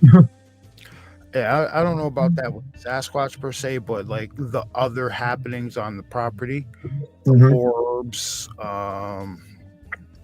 some of the sightings, sounds, and everything like that, that might be tied into that. But I don't know about the conjuring of the Sasquatch creatures. But then again, you do have that debate that are Sasquatch spiritual or physical, or are they a mix of both? So I mean, I lean more towards physical, but I also believe in the woo. But like I have like my theory on it is like just how like they have their own evolutionary shit just like we do. And like, you know, we've got people who have abilities. Like my wife, she's got some abilities, like psychic type abilities and shit. Who's that? Maybe that's what, you know, the woo is for them. Maybe that's just some of them have these extra abilities, but not all of them. Because there's some, I guarantee, are just flesh and blood. But then you've also got some that can do the mind speed, use portals that people claim to see. I sometimes wonder if we don't have that shit out there. I don't know. I ain't seen one yet, but yeah, it's wild. Now, but I got a quick question for you. This might not be Bigfoot creature related here, but you said 680 acres. 642. 642. Now, as pretty much every part of, not every part of this property has been searched, right, or walked through. I mean, like, just like as far as like us investigating, no, we've been sticking closer to the creek more than anything, and then we've been doing across from Dad's. But like, as far as just family out there wandering around the woods, yeah, we've all been all over the place out there. So. I wonder if anybody in your family during the time your family's had the property This is gonna sound weird, folks. I wonder if there's ever been an instance of someone finding staircases in your woods. I don't know. There's some shit out there. Like, you'll see like a combine in the middle of the woods. You're like, how the fuck did that get there? There could be. I don't know. See, that's why I wish my cousin Jerry was still alive, because I could talk to him, because that man, that's all he did. He was out in the woods all the time, hunting, fishing, whatever. Like, he got a settlement when he got hurt on the river, and being a deckhand like my dad did, and he lived off that, so that way he could just do what he loved doing, which was hunting and fishing. So he was always in the woods, but he's also the type to not just openly talk about something like that either. He's the one you gotta pry stuff out of him, probably. Yeah, but like if he was alive now, and I mean, he was more like a big brother to me than anything. Like, he was my cousin, but he was like my big brother, and like lived next door to me and everything whenever I was a kid. But yeah, man, like I guarantee he saw something or heard something. Hell, Dad's heard, and I heard it too whenever we were doing the night investigation in October. Mimicry of owls. My dad has heard them mimic a train whistle, because there's a set of tracks that cut on the north end of the property going to the coal mine, but you go the other way on those tracks, they go to another set of tracks that goes to a national forest that's about 20 miles away. And in that national forest, I know for a fact there's Bigfoot down there, because there's several people that have YouTube channels that are local to me, that's their investigation area. And you know what they say about those train tracks, how, there's a theory that they use them as like a interstate, so to say, to travel without being seen and least path of resistance. Or what is it? Train tracks, power lines. Mm-hmm. Even rivers.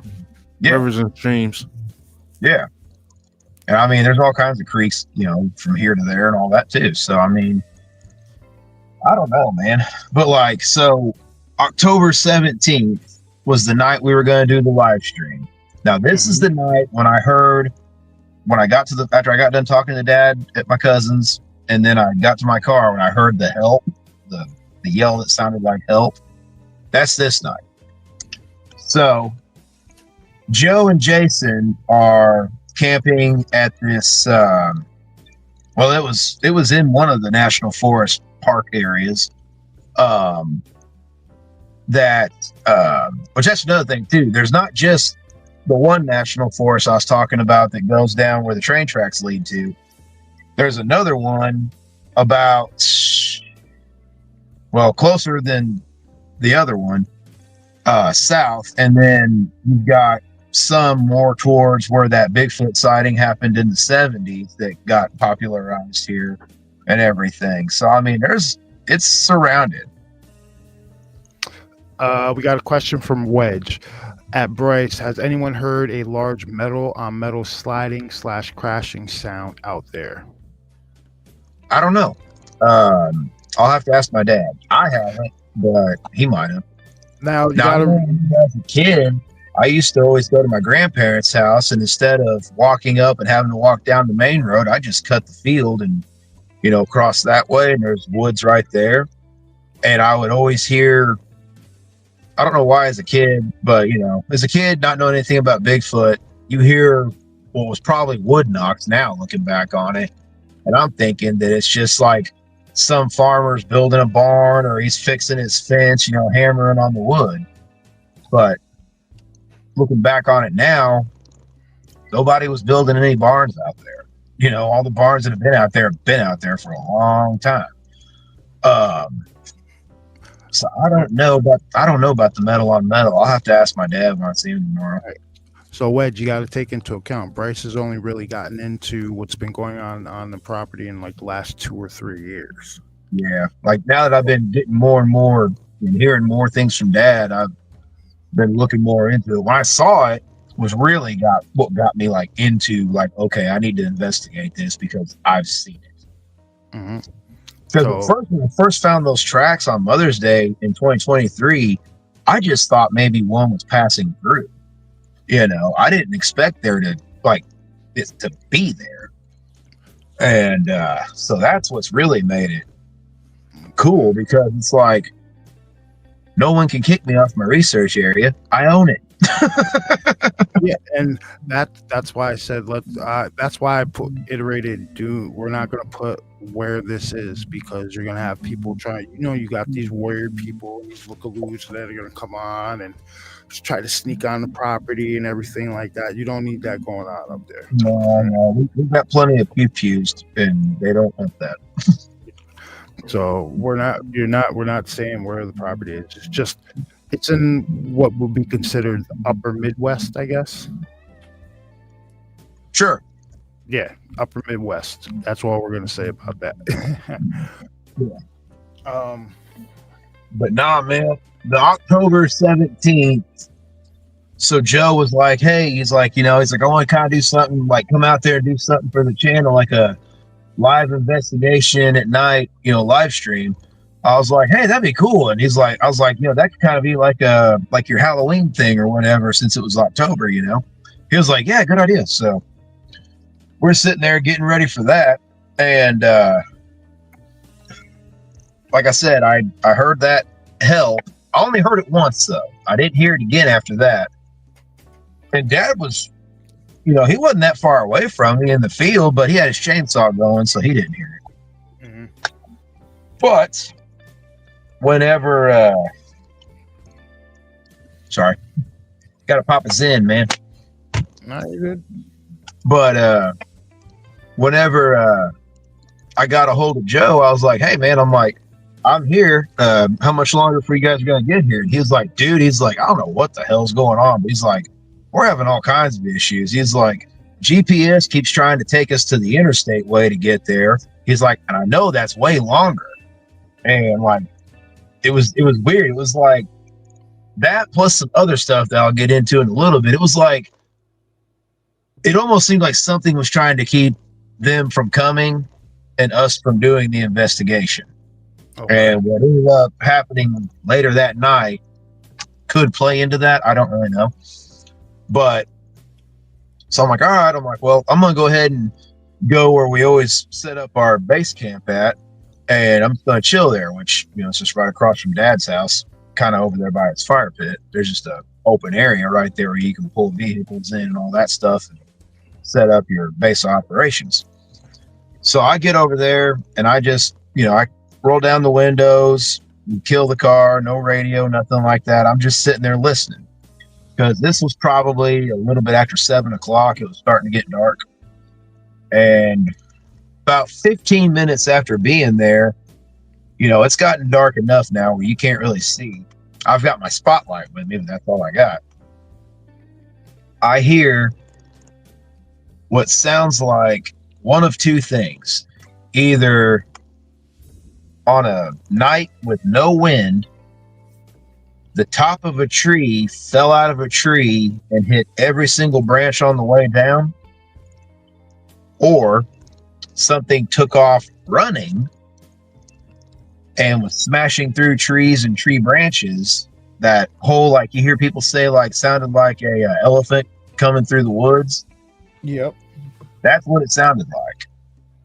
And I heard it twice. It did it once, and then about 10, 15 minutes later, did it again. So unless two treetops fell out, took all the branches out with them on the way down, which I doubt, because like I said, there was no wind. I think that there was two of them, or maybe the same one. Possibly, because I hadn't got out of the car, like knew I was there, so it took off running. Because again, I did do my Native American thing, sitting there in the car with the windows down.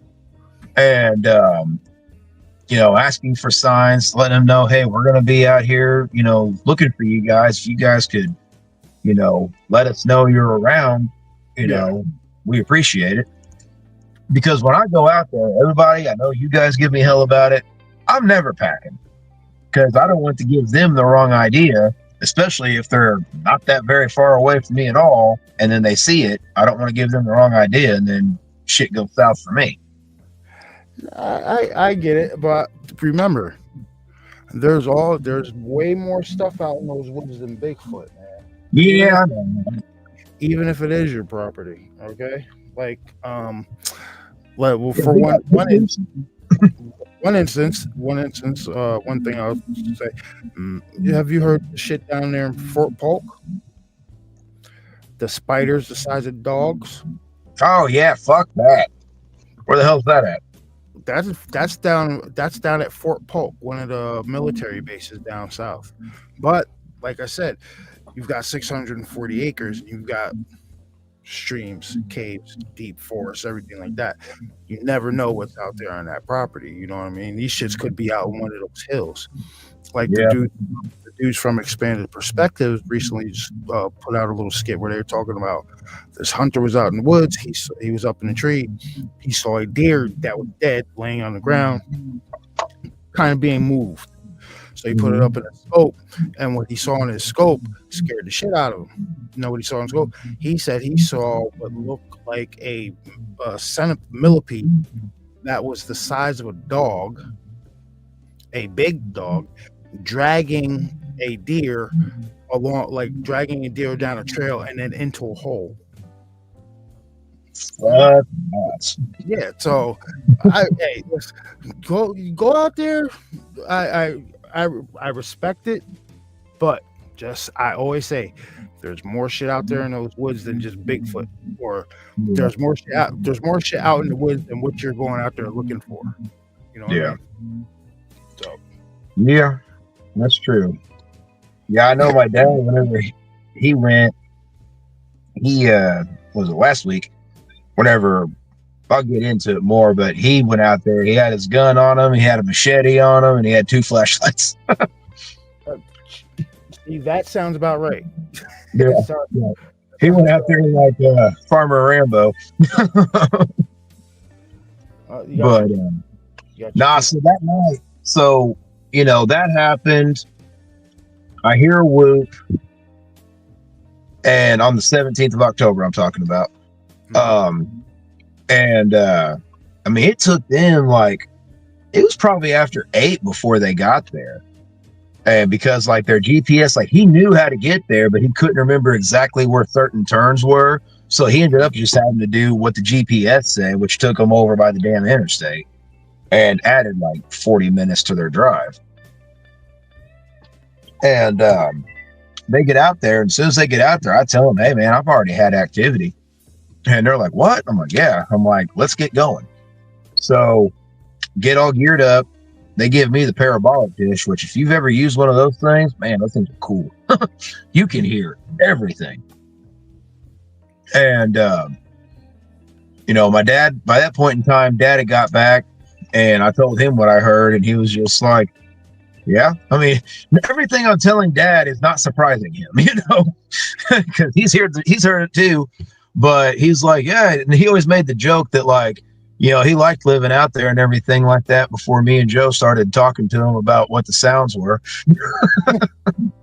He was like, yeah, no, I was looking over my shoulder. Question: Have you ever just said, Dad, come here, have a seat? What the fuck have you seen? What have you experienced? And just I have. And he'll tell me up to a certain point. And so, oh shit, I skipped the second sighting. Okay, so the second sighting story, Dad told me something he saw. Okay, so the second sighting happened whenever we were filming for the documentary, the full-fledged one. Yep. The base camp, we were all sitting up there. We were getting ready to go film Amber's interview because my grandma, when Amber was pregnant with my youngest, my grandma, who just lived 9 blocks away from us, she would come up here a lot of the times and sit with Amber while I was at work, help her around the house, things like that, because we had the other 2 kids. So she would tell her stories. You know, sometimes it'd just be about, you know, everyday life on the farm. Sometimes it would be the more spookier stuff, like the honey bear story, ghosts she's seen, things like that. So, Joe wanted to include that in this documentary because this documentary is going to be called Pond Creek Bigfoot and Other High Strangeness, because we got more than just Bigfoot.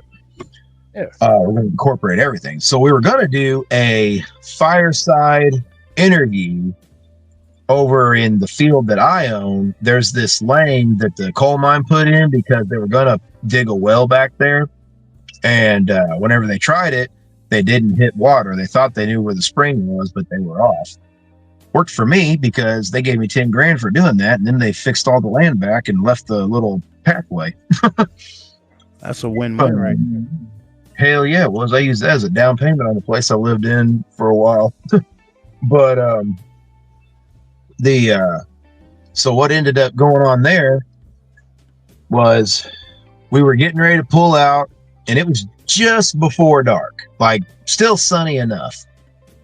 And I'm sitting on the tailgate, the cameraman's sitting with me, and Jason and Joe are in the truck, and we're backing out. So we go to back out, and we're on top of the hill, and you're looking down, and the road leads to where the creek is, where the bridge is and all that.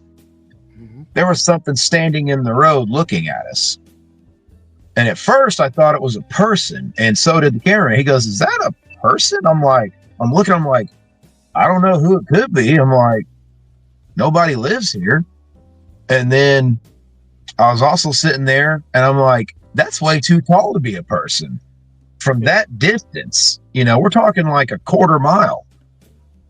And it was tall, solid black, same build as what I saw before. That like the Bigfoot from that Sam Elliott movie, The Man Who Killed Hitler, and then the Bigfoot. Yep. But solid black. That one was red. And it was looking like it was facing at us. From that distance, still couldn't see the fucking face. But I'm sitting there and I'm looking at it, and like at first he was like, well, maybe it's just a tar mark in the middle of the road or something, because there was some of that. It's a country road. But this was not that. This was standing. Like, this was blocking view of part of the bridge. Yeah. And it was looking up at us, and its posture wasn't an aggressive posture, I would say.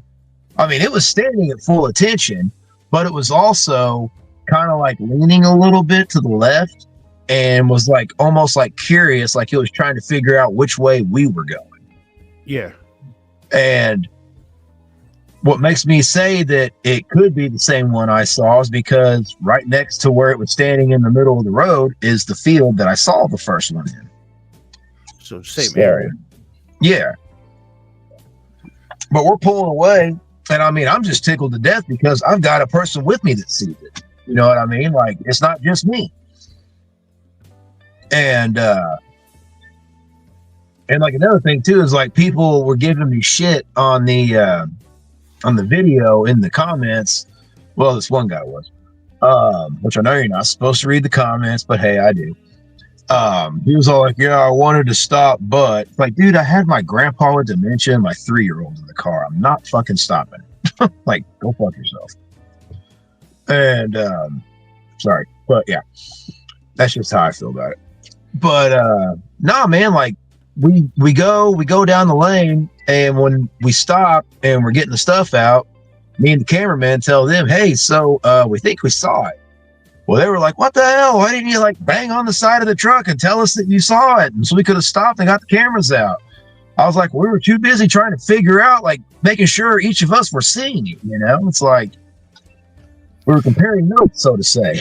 And that's one of the things about having a sighting or an experience like that. Often, at the afterthought is people are like, "Oh, why didn't you pull out a camera? Why don't you pull out a camera?" Well, you're not really thinking about pulling out a camera at that moment, because I was just looking at it like, whoa. In that half a second, you're like, "What?" You're still trying to process. Yo, what the fuck am I looking at? Like, that's not, because it's not shifting right with your reality. Like, there's something like that. You're looking at something that's possibly 10 feet tall off in the distance, and you can tell this shit is huge. And it's like, it's like God, it's linked to the side, like it's investigating you.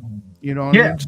You're processing it like, am I seeing? You're like, yo, you seeing what I'm seeing? It's one of those type of deals. You know what I mean? Exactly. That's exactly what happened. So oftentimes, that's why people don't get video evidence or something like that, because your first instance is not to pull out your phone.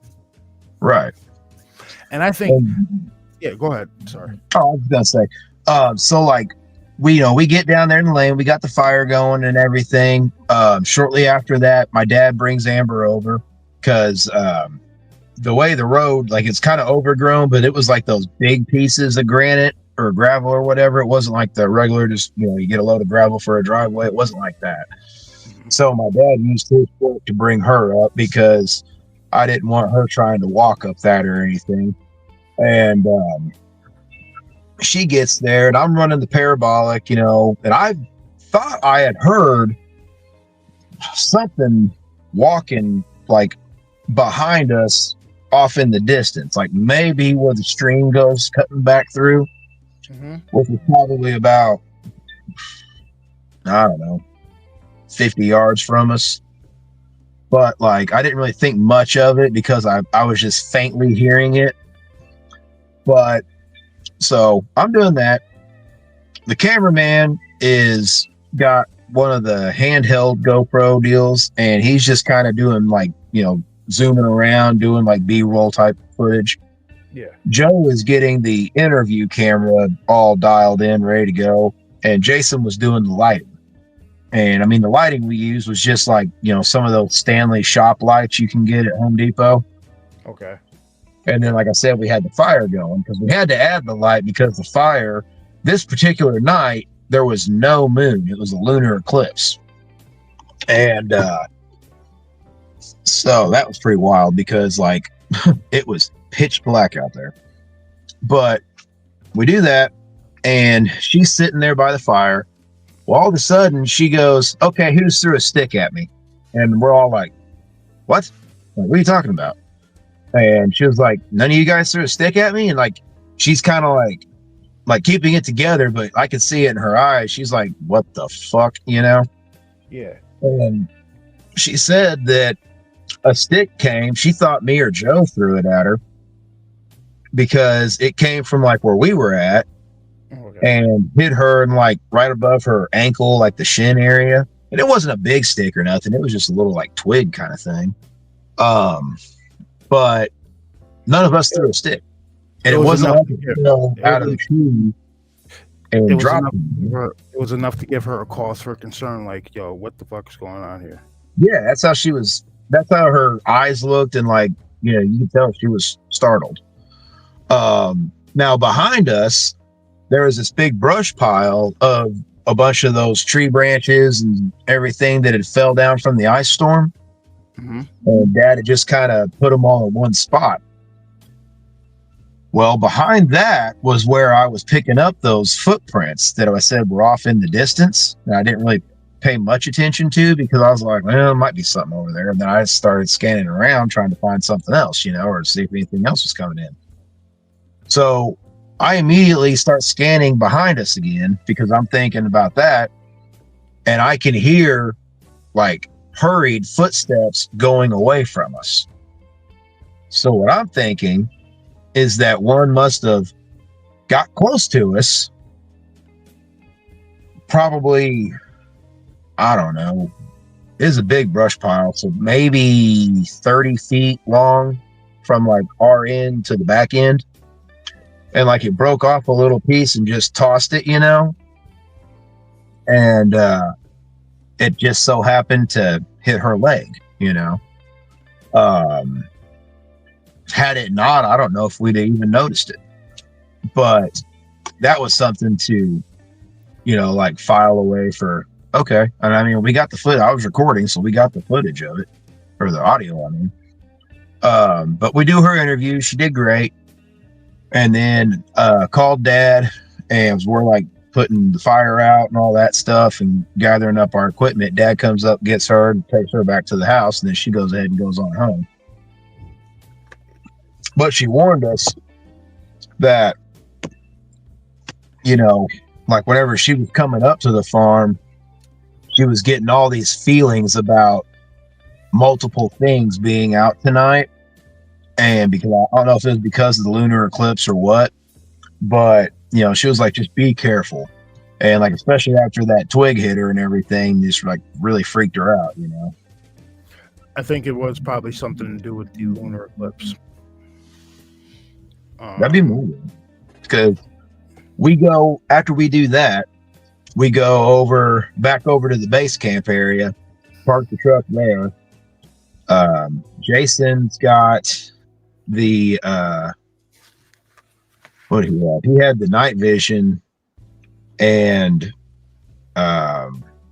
Joe had, I think he has had the GoPro and the gimbal, and then I had the parabolic dish, and we went out into the field that would have been west of Dad's house, and that's the field that a little further back is that pond I was talking about that's behind his house. And you know, we were getting some whoops, and we were getting, like, we heard this owl, but it didn't sound like an owl at the end of the whoo. It was like, ooh, you know, and it was like, gotcha, you know. And because like, to me, this whole thing, I'm just like, man, this is cool, you know, like doing this, like I'm just geeking out the whole time. But so Jason has this whistle, and it's I think it's called like an Aztec death whistle or something like that. Yeah, dude, if you've ever heard or never heard one of those things, if I heard that in the woods, I'd be booking it out of there, dude. That thing sounded scary as hell, man.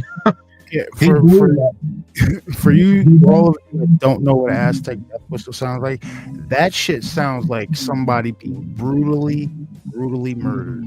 Yeah. That's what it sounds like. Yeah. And I mean, he blew that thing, and that thing rang out. And I'm like, holy shit. I mean, of course, I'm sitting there like looking at him, so I'm like kind of pointing the parabolic that way when he does it. So I'm like really hearing it. I'm like, oh, fuck, you know. And then like I hold it out, nothing.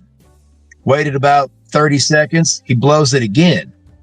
When he blew it the second time, almost instantly, I heard what was either a tree break, but I think it was more of just a solid, like something was pissed sounding, smacked a tree. Because like it heard that and was thinking like, okay, something's out here challenging. Bam, you know. And then, and I got it. I was like, I just got a response. It was I think I said on the video, I think I said knock. And because more I think about it, it sounded like something just took a big stick, like Babe Ruth hitting the bat against a tree, you know, and just knocked the shit out of that tree. But it was just one time. And that was that. Like one of those, like, knock that shit off. Pretty well. And so back to October 17th, we go over where I heard what I, assume was one or two of them running through the woods right there, because that field, it's weird how the woods are around it. Like you look at the field, it's basically shaped like an L. Okay. And like in the 90-degree part, that was where the corner would meet. That was where I heard that shit running through. And it's kind of weird because I'm pretty sure we got eye shine. There is, for whatever reason, there is a boat sitting in the woods right there. I don't know whose boat it is. It may have been my great uncle's. I don't know. But there's a boat there, but the eye shine was a good 2-3 feet above the boat. Don't believe it was a raccoon, because we did see raccoon eye shine, but it was in that same area where I'd heard, the running going through. Well, for a baseline, let's. Well, I'm not good with boats, basses, but what kind of boat is this? How big? What's the height of it? Well, it had like a overhead topper thing on it, you know? Okay. So I want to say, because I think it was still sitting on a trailer. So let's say, being conservative, every bit of 6 feet. Okay. To where that top part is. Okay. But all the reflective stuff was more like lower on the regular boat itself. And the eye shine was above that top part. Yeah, like 2 feet probably above it. And like kind of like you would see one, you wouldn't see both at the same time, because like it was almost like maybe it was looking out behind a tree or something. Like back and forth. Yeah. And so, you know, we walk around that way following the like we stayed in the field to go around it just in case it was in there. And because I didn't want to go in there and then it charge us or something, you know. Mm-hmm. So we do that and we see deer out in the field. And it was so weird because like you would figure the deer see us, they're gonna take off. But it was like it was so weird because I think Jason may have said, it's either him or Joe, said it was almost like they were in like a trance, because it was like they were just looking right at us and just paying us no attention. And then Jason hears what Joe called it a disembodied voice. I think it was maybe mimicking. But like something, it sounded like something said, "Hey." Like, 1 second. Yo, Bass. Yeah. You got people asking if you're still awake, dude. Yeah, I'm still awake. I'm just listening. see, this is why you need to have your camera on. Yeah, you put your camera on. My camera's hooked up to my 3D printer right now. Oh, come on now. Your Cowboys have won the last 2 games. That doesn't mean anything. They won 2, they're going to lose the next 3. Yeah, I can't believe the Bears beat the Eagles. But anyways, back to the Yeah, back to Bigfoot. We ain't talking. we ain't doing the regular show stuff tonight.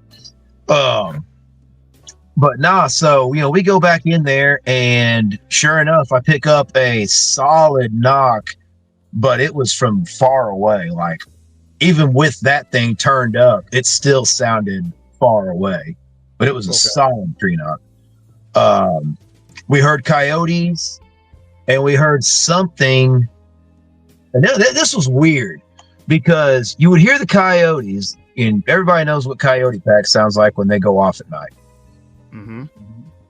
There was also something deeper sounding going off with those coyotes. I don't know if it was one of them trying to mimic or if it was something else. And that was weird, but we got that on audio. We got some howls, like Bigfoot sounding howls, kind of reminded me of the Ohio howls. Which, now that I think about it, that also kind of sounds like a train whistle. And remember how Dad said he'd heard mimicry of train whistles. It was weird. Have you heard the whole like say a pack of coyotes going off and then just completely off like a light? Yeah, a lot of times, especially whenever I was a kid. That is probably one of the wildest things I've ever heard. Because you've seen the video that you've seen what I've been talking about over at my job and shit, right? Like at my job, it's just woods around where I am. And I've heard what sounded like a fucking tree being pushed over. I've heard loud whoops, and which I recorded. You heard that, right? And then there's shit. I don't lost my train of thought. Here, where the hell was I going with that? But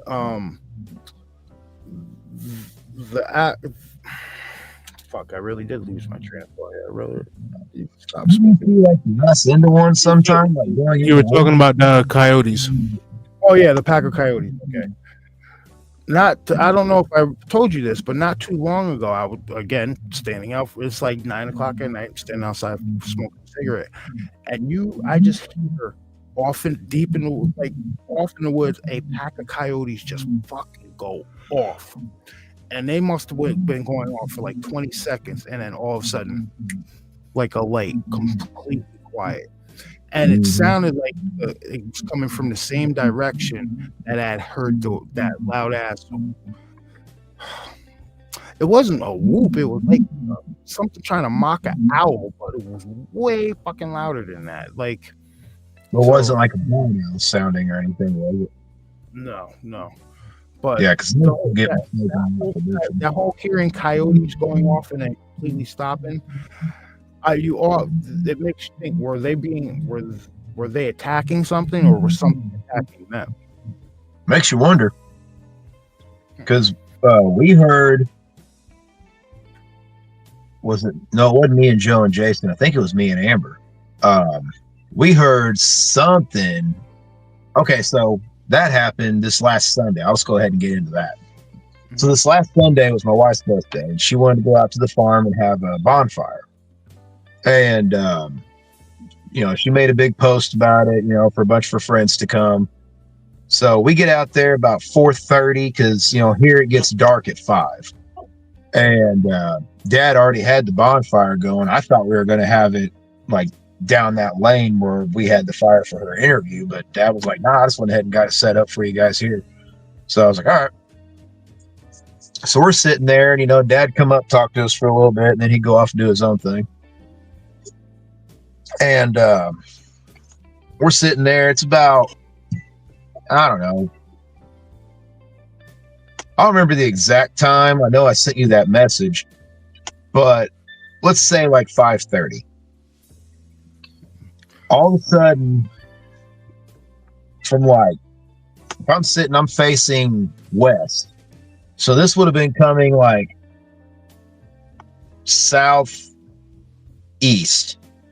And there's woods back there and field and then more woods and everything.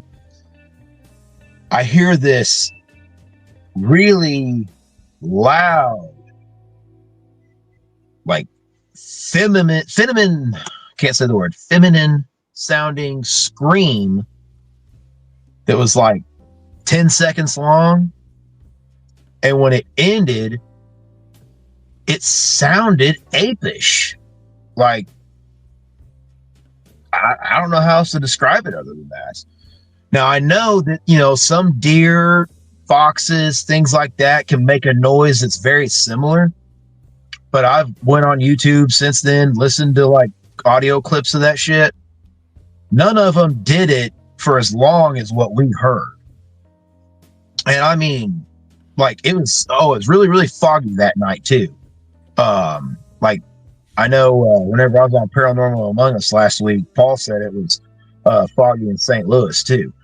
But so it's super foggy. We got the fire going. We hear that. Amber's like, did you hear? I was like, yeah, what the hell was that? Because I'm thinking to myself, like, I've heard whoops. I've heard, all this other stuff. I hadn't heard that before. Yeah. And like I said, it sounded feminine. And so I'm immediately on alert at that point. I'm like standing up, looking around, like trying to figure out, because it sounded pretty far off, but like still on the property. I think it was over by the pond, maybe by my cousin's place. So, we're genuinely like kind of freaked out because, like I said, it was really fucking foggy. I couldn't see that far. And then I start hearing something else calling like across the road, the field heading down towards the pond, or not the pond, Pond Creek, but not at the creek, like not that far down. So a little bit closer up in the field, a little closer up the hill. Yeah. It sounded like something that had gotten a hold of a deer, because you could hear what sounded like a deer being killed, but it wasn't like a pack of coyotes doing it. Like the bleeding, or when I guess bleating or whatever they do. Yeah, like it was making noises of distress, and then you heard something else. Okay. And then it kind of made some vocalizations that kind of wasn't whoops, wasn't trying to mimic anything, just like not even like a roar. It was more just like a yell, just like a oh, kind of thing. So I'm hearing that, and it had some bass to it when it was doing it. So I'm hearing that over there. It's not really on alert. I'm like, fuck. And I'm like, well, I'll tell you what. Dad always says when he has fires and he hears this stuff, he just stays sitting down. And, he's like, they just kind of watch. I shot you a message. I shot Joe a message. Shot a couple other people some messages about it. And, like you said, they're watching you. Yeah, I think so, because I'm pretty sure that we had 3 of them watching us, because wasn't too much longer. I started hearing movement in the tree line of the woods that's like right there, maybe, I don't know, 40 yards away. And I mean, couldn't see nothing because of the fog, but you could hear like movement going through the woods, and like few steps, stop. Something else is like kind of stop, and it's coming from different directions and everything. That's why I think there was 3. And just like you said with, well, maybe the female's over there. Well, that was the direction where that female sounding scream came from. Yeah. And I don't know, man, but that freaked us out because that was, and again, it didn't sound like I didn't feel threatened from it or anything, but I was freaked out because I'd never heard that particular one before. Yeah. And that's what got me, because I was like, I mean, you could tell it was just a call, but it shocked the shit out of me because I was not expecting that, because it was foggy. It was kind of off and on a light mist, but never very long, just a couple minutes. No. So by this point in time, everybody was supposed to show up at 5 and nobody had. We were getting ready to call it a night. And then her friend shows up, and it was like her friend she's been friends with since 3rd grade. So I was happy that, that girl showed up. But when she pulled up there, I was like, yeah, so if I'm acting weird, here's what happened. I'm just kind of on alert right now. And she was like, oh, okay. I mean, this girl doesn't believe in that stuff. But be honest with them, so when they do start hearing shit, they don't freak out. You know what I mean? Yeah. I was like, you're already warned something's going on out here. Yeah. And like, so Amber and her were talking, and that really helped kind of calm Amber down. And I'm just, head on a swivel, like looking around, because I know there's 3 of them watching us. And, Dad came walking up. I told him, I was like, I'm pretty sure there's 3 right over there. And that's whenever he was like, oh, well, good. Guess I'll go grab my gun. He's like, I got to go find the deer your uncle shot that took off. And I was like, you're what? I'm like, you're going to go. I just told you. He's like, I got to find it. I was like, I love how your dad's so nonchalant about this whole situation. Yeah, he's just like, still got this shit. He's like, yeah, what are you gonna do about it? There's nothing you can do. Yeah. And man, so he went off looking for the deer, and I think Amber's friend, we ended up calling at about 7:00 basically. And I called Dad, told him, and I was like, hey man, like, where you at? He's just like, oh, I'm over here in the woods. He's like, hearing some weird shit. And I'm like, oh yeah? He said, yeah. He goes, I heard the warbler again. And I was like, what? Because that's what he calls the sound I described that I heard down by the creek that time. Oh, that Yeah. shit. Okay. Yeah, he calls that the warbler. And I told him, I'm like, well, I told you pretty sure there was 3 of them over there right by us. And he's like, well, he goes, I can't find that deer. He's like, I thought I found it. He's like, but I think that was just happened to be another deer. He's like, it took off running towards the woods. He's like, I really don't feel like walking that far. He's like, so I'm going to be heading back here in a minute anyways. I said, all right. So by that point in time, we're getting everything and leaving. Okay. But Dad did tell me whenever I told him the second time I saw it, like everything I described, he told me he saw something just like that. But here's where it gets weird with what Dad told me. And Dad, he's straight edge. He doesn't drink anymore. He did back when I was a kid. Mm-hmm. I mean, nothing bad, just, but he told me that he was in his living room and there's this window in the living room that when I lived there always freaked me out at night because it didn't have a fucking pull shade. And the blinds, I finally just put new blinds in because they never would come down, But at nighttime, you could not see out that window at all. But you always felt like something was looking in. Always. And he told me, this is going to sound really weird, and I'll probably lose a lot of people right here on this, but this is what my dad told me he saw. Who are you talking to here? Come on now. I know. But it's weird, man. It's weird. But I believe him because why would he lie to me about it, Yeah. He says he saw something walk by the window right before it got pitch black dark. It was still, you could still see out the window a little bit. Mm-hmm. He said he only saw shoulder at the top of the window, like shoulder down. Didn't see the head. But the build was exactly what I described. But he said this thing had stuff on it.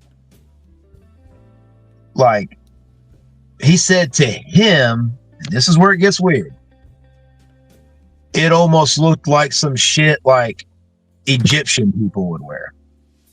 Like back in ancient Egypt type shit. Like the like shit on the chest, like think like a, yeah. 1 second. Well, all right, 1 second. All right, so weird. he sees this. He's now we're gonna quarterback this here real quick. Yeah. So he sees this thing walk past the window. How tall is the window? I would say, guessing, so the window, if you're outside standing looking at the window's probably 4 feet off the ground at the bottom of the window. Okay. And it's probably, I don't know, 3.5 feet tall, I'd say. So close. The top of the window is close to 7 feet tall. Probably, yeah. Okay. And he said he saw the shoulder down. But he said it walked by, and it was like walking by the side of the house, heading to the back. And the back, keep in mind, is where I said I think they're hanging out at, maybe, because that's where all the calls come from, by that pond. All that land back there is not accessible unless you walk, or if you got like a tractor or something. But there's no road going there. He said it really freaked, because he did not want to tell me this story either. That's the thing, because he knows how it sounds, and I'm not even sure I'm supposed to talk about it. But I'm gonna share it with my boys. He was wearing. So no, the reason I want to get deeper into this one is because he said this thing was wearing with like Egyptian armor. So kind of like the armor you've seen Stargate, right? Yeah. kind of like that. That shit. The reason I asked that is because I don't necessarily think that was a Sasquatch or a Bigfoot that he saw in that instance. And I think I may have said this to you, but no, matter of fact, I didn't say this to you because this is the first time I'm hearing this. The reason I'm taken a little aback by that, and the fact that this thing was wearing what looks like Egyptian armor, is because you know Jody Cook, right? Yeah. Jody Cook talks about how there was a report that came from I believe it was Afghanistan.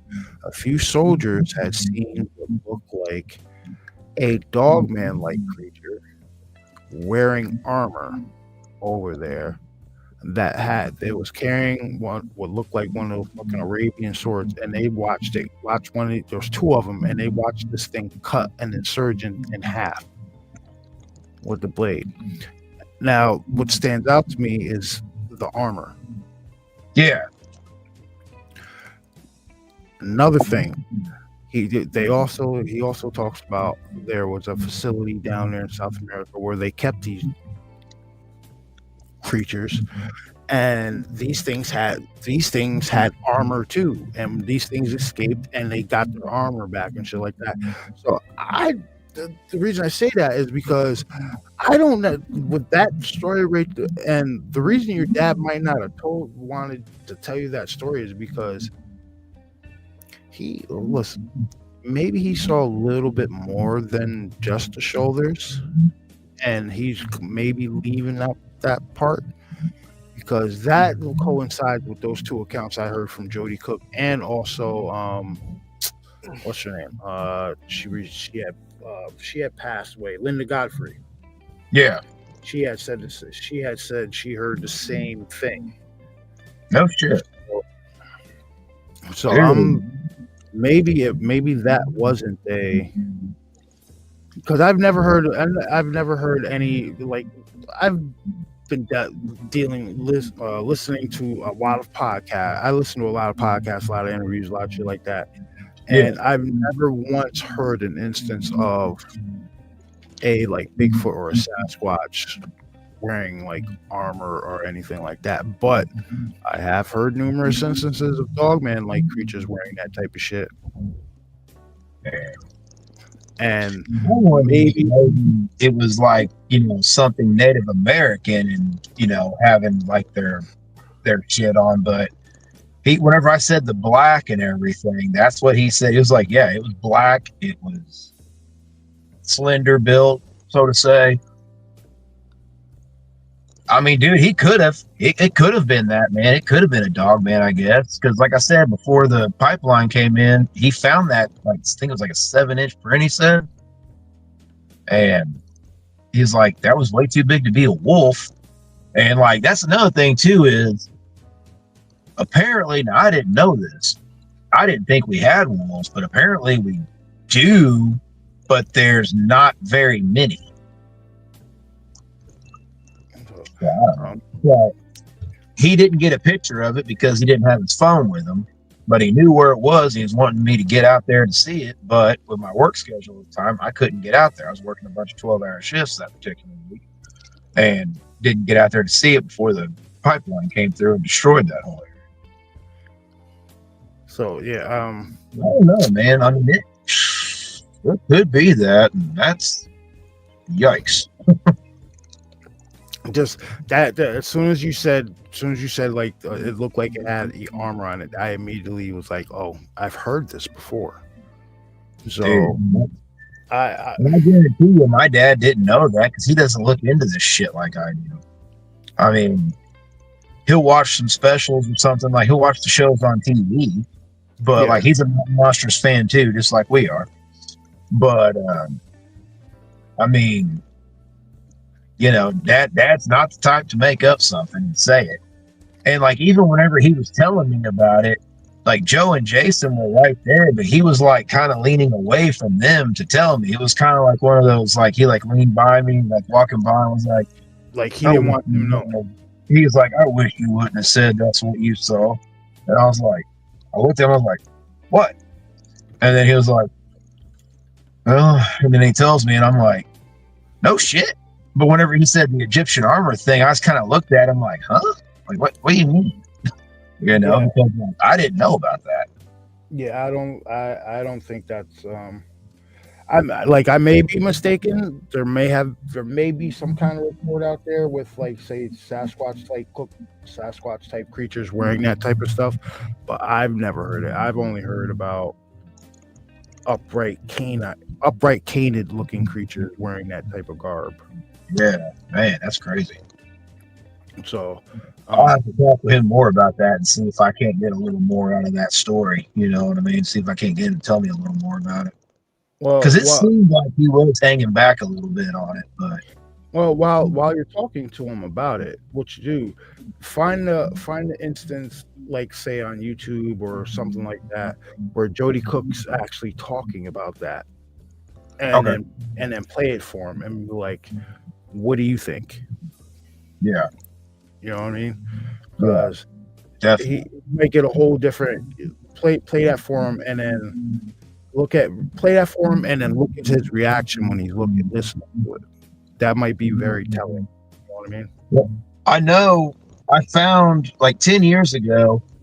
I found whenever he told me about that roar he heard.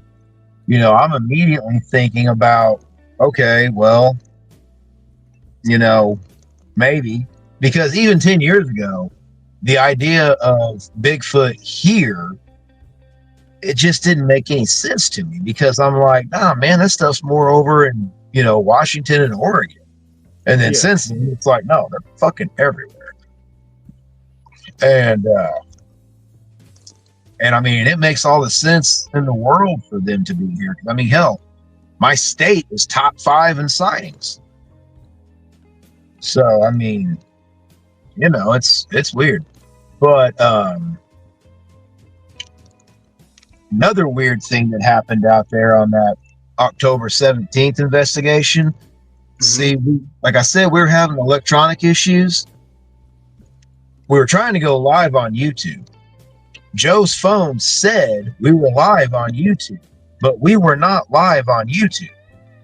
And it was like, if I remember correctly, like he even had like the Starlink, it wouldn't work, but like his signal was showing signal. Now, granted, we're out in the middle of nowhere, but now you can get signal out there pretty easy. Used to, it was a pain in the ass. Mm-hmm. But it never would go on his channel that we were live. So you take that with his other issues of, you know, the Starlink setup, like how Joe and Jesse from Hellbent Holler, like have that big antenna thing they'll carry around with them and be in the middle of the field and go live. Yeah. Something like that he had too. And yeah, dude, it was weird. Like, none of that shit was working. And like Jason, he had this lightning detector thing, and it was saying that lightning was going off like 2 miles from us, you know, multiple strikes. There was no lightning. It was partly cloudy, but you know, that cleared up a little bit and it got cloudy again, but it was never like, you know, it was just clouds, like thin clouds in the sky. It wasn't storm clouds.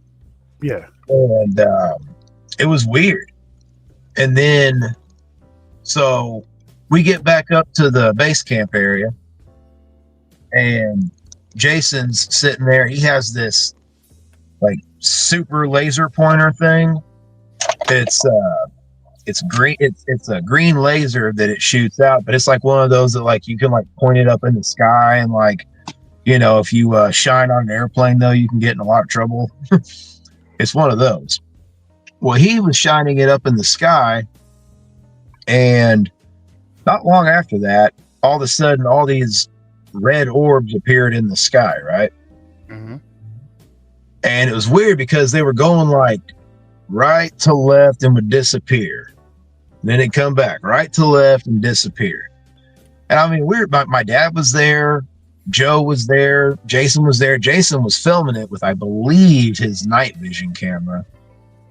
And he's just watching. He's like, he's just kept saying, it's like, yeah, he's like, I've got it. Like, they're just, yeah, he's just watching the lights on it. Well, later, and this is going to be funny that you said Stargate earlier, but later, whenever they got back home and everything, because like Joe, he lived 3 hours away, and I want to say Jason's like 4.5 hours away from here. Joe sent me a message and he goes, "You're never going to believe this, but you know those red lights we saw in the sky?" And I was like, "Yeah."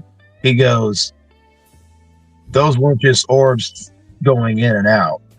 It was a pyramid-shaped UFO that was turning, and the corner was where we would see it go left to right and then disappear, and then here came the other corner, left to right, or right to left, I mean, spinning like that."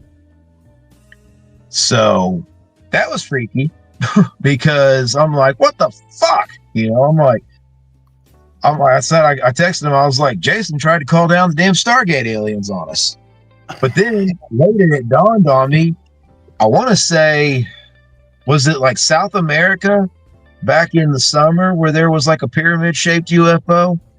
Dude, there's those things they've been appearing all over the place, honestly. Yeah, dude, there was one of them there too that night, dude. It was crazy. Now, how could he tell it was a pyramid-shaped craft? He said that whenever he loaded it up on his screen and everything, so he had a bigger picture of it, that he could see it. He said that, you know, I guess Jason was just focused on the lights themselves. Yeah. But he, whenever he got to looking at it, because I made the mistake of saying that he used a filter, and that's how he saw it. And he was listening to the podcast when I said that, and he sent me a text. He was like, "Hey man," he goes, "I wasn't using a filter." He was like, I just had it on a bigger screen, so everything was blown up and I could see it." And I was like, "Oh," but yeah, so that's how he was able to see it. Because you know, on those night visions, you just got this right here that you can see, but you get that on that footage on a big screen to look at, you can see it a lot better. Yeah.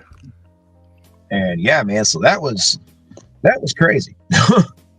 But I mean, as far as that's pretty well up to date on everything so far. And Joe's gonna hook me up with a GoPro, and I also want to get a gimbal because I want to do the Scott Carpenter method and have one on the back while I've got one on the front, you know? Yeah. And this winter, I'm going to go for little hikes in the woods and see if anything pops out when I walk by or something. No, that'll be some pretty interesting. So, with that being said, sir, you know what I'm going to say to you. You know what I'm going to ask you. Well, yeah, you guys can come. Well, not that. I wasn't going to ask that now. I was going to say, when you going to start up your channel so you can post this footage? Oh, yeah, I do need to get that going. Come on now. You've got a prime research area of your own that nobody else has access to unless you give them access to it. And honestly, I wouldn't do it unless you're really cool with them. Yeah, me and Joe, we've been friends for a few years. I've known him for as long as I've known you guys. So I mean, you know, that'd be like just like me having you guys out there or something. So like you got a prime research area right there, literally your backyard. Yeah, you know what I mean. So you can start that channel up and start cranking out, start posting that footage because people as you can see, people are interested in what's going on your property. Hence why you've gotten that invite on so many podcasts to talk about this property. You know. Yeah. I mean? Tomorrow I'm going to be on Paranormal Portal with Brent Thomas. Okay. And then Tuesday I'm going to be on Bigfoot Society with Jeremiah Byron. Nice. And then Saturday the 6th, I'm going to be on Shannon LeGros' show, Into the Fray Radio, and Joe's going to be on there with me on that one. See, so there's obviously an extreme interest in what's going on your property. Yeah, Because- that Bigfoot Crossroads that I was on, the host of that one, Matt Knapp, Yeah, man. he said that he was like, yeah, man, he's like, your story right now seems to be the hot story in the Bigfoot world. And to me, that's just so wild because it's like it was just a roadside sighting, you know. I was just driving by when I saw it. But he said that that's the ones that people like because he said whenever you've got the people, you know, like some like the guy we used to associate ourselves with that, you know, old the Rambo Arnold Schwarzenegger sounding encounters going on. That he's like, you know, that he's like people will call bullshit on that more than they'll call bullshit on a roadside sighting. Yeah. And I was like, oh, because I kind of thought it would have been the other way around. And the roadside sighting has led to way more stuff being found out about your property. Yeah. And like I said, you got 600 plus acres, and you got your own. Maybe not Skinwalker Ranch because there's some really funky shit going on down there at Skinwalker Ranch, but yeah, Stardust Ranch stuff type, definitely. Yeah, I need to get me a samurai sword. That guy is wild. That guy's fucking wild. Yeah, he died 2 years ago. I heard he was selling that property. He'd been trying to sell it for a while, and nobody wanted it. I watched the episode of Ghost Adventures where they were there, and like, you know, Zach was talking to the dude and all that stuff, and I mean, he was very matter of fact about everything too. It wasn't like he was sounding crazy. He was just like, yeah, this is what's happening. Yeah. And I love the story about how his wife was getting, like, her body was levitated, like going out of the house and like starting to go up towards a ship that was up in the sky with like a tractor beam or something. And he was like, so I just did what I thought it was best to do. And I went and grabbed my AK-47 and just started unloading on it. I was like, see, that's the type of shit that's going to start an intergalactic war. You know what I mean? Yeah. That's probably what the Atlas is there. Like I said last show, that 3i Atlas is a fucking psyop. Mm-hmm. But yeah. But I think we're gonna end this one, guys. We've been going 2 hours and 43 minutes, and Bryce has been a great guest once again. And I do plan on. I've talked to Bass about it. We're planning on doing a road trip out there next year. Hell yeah.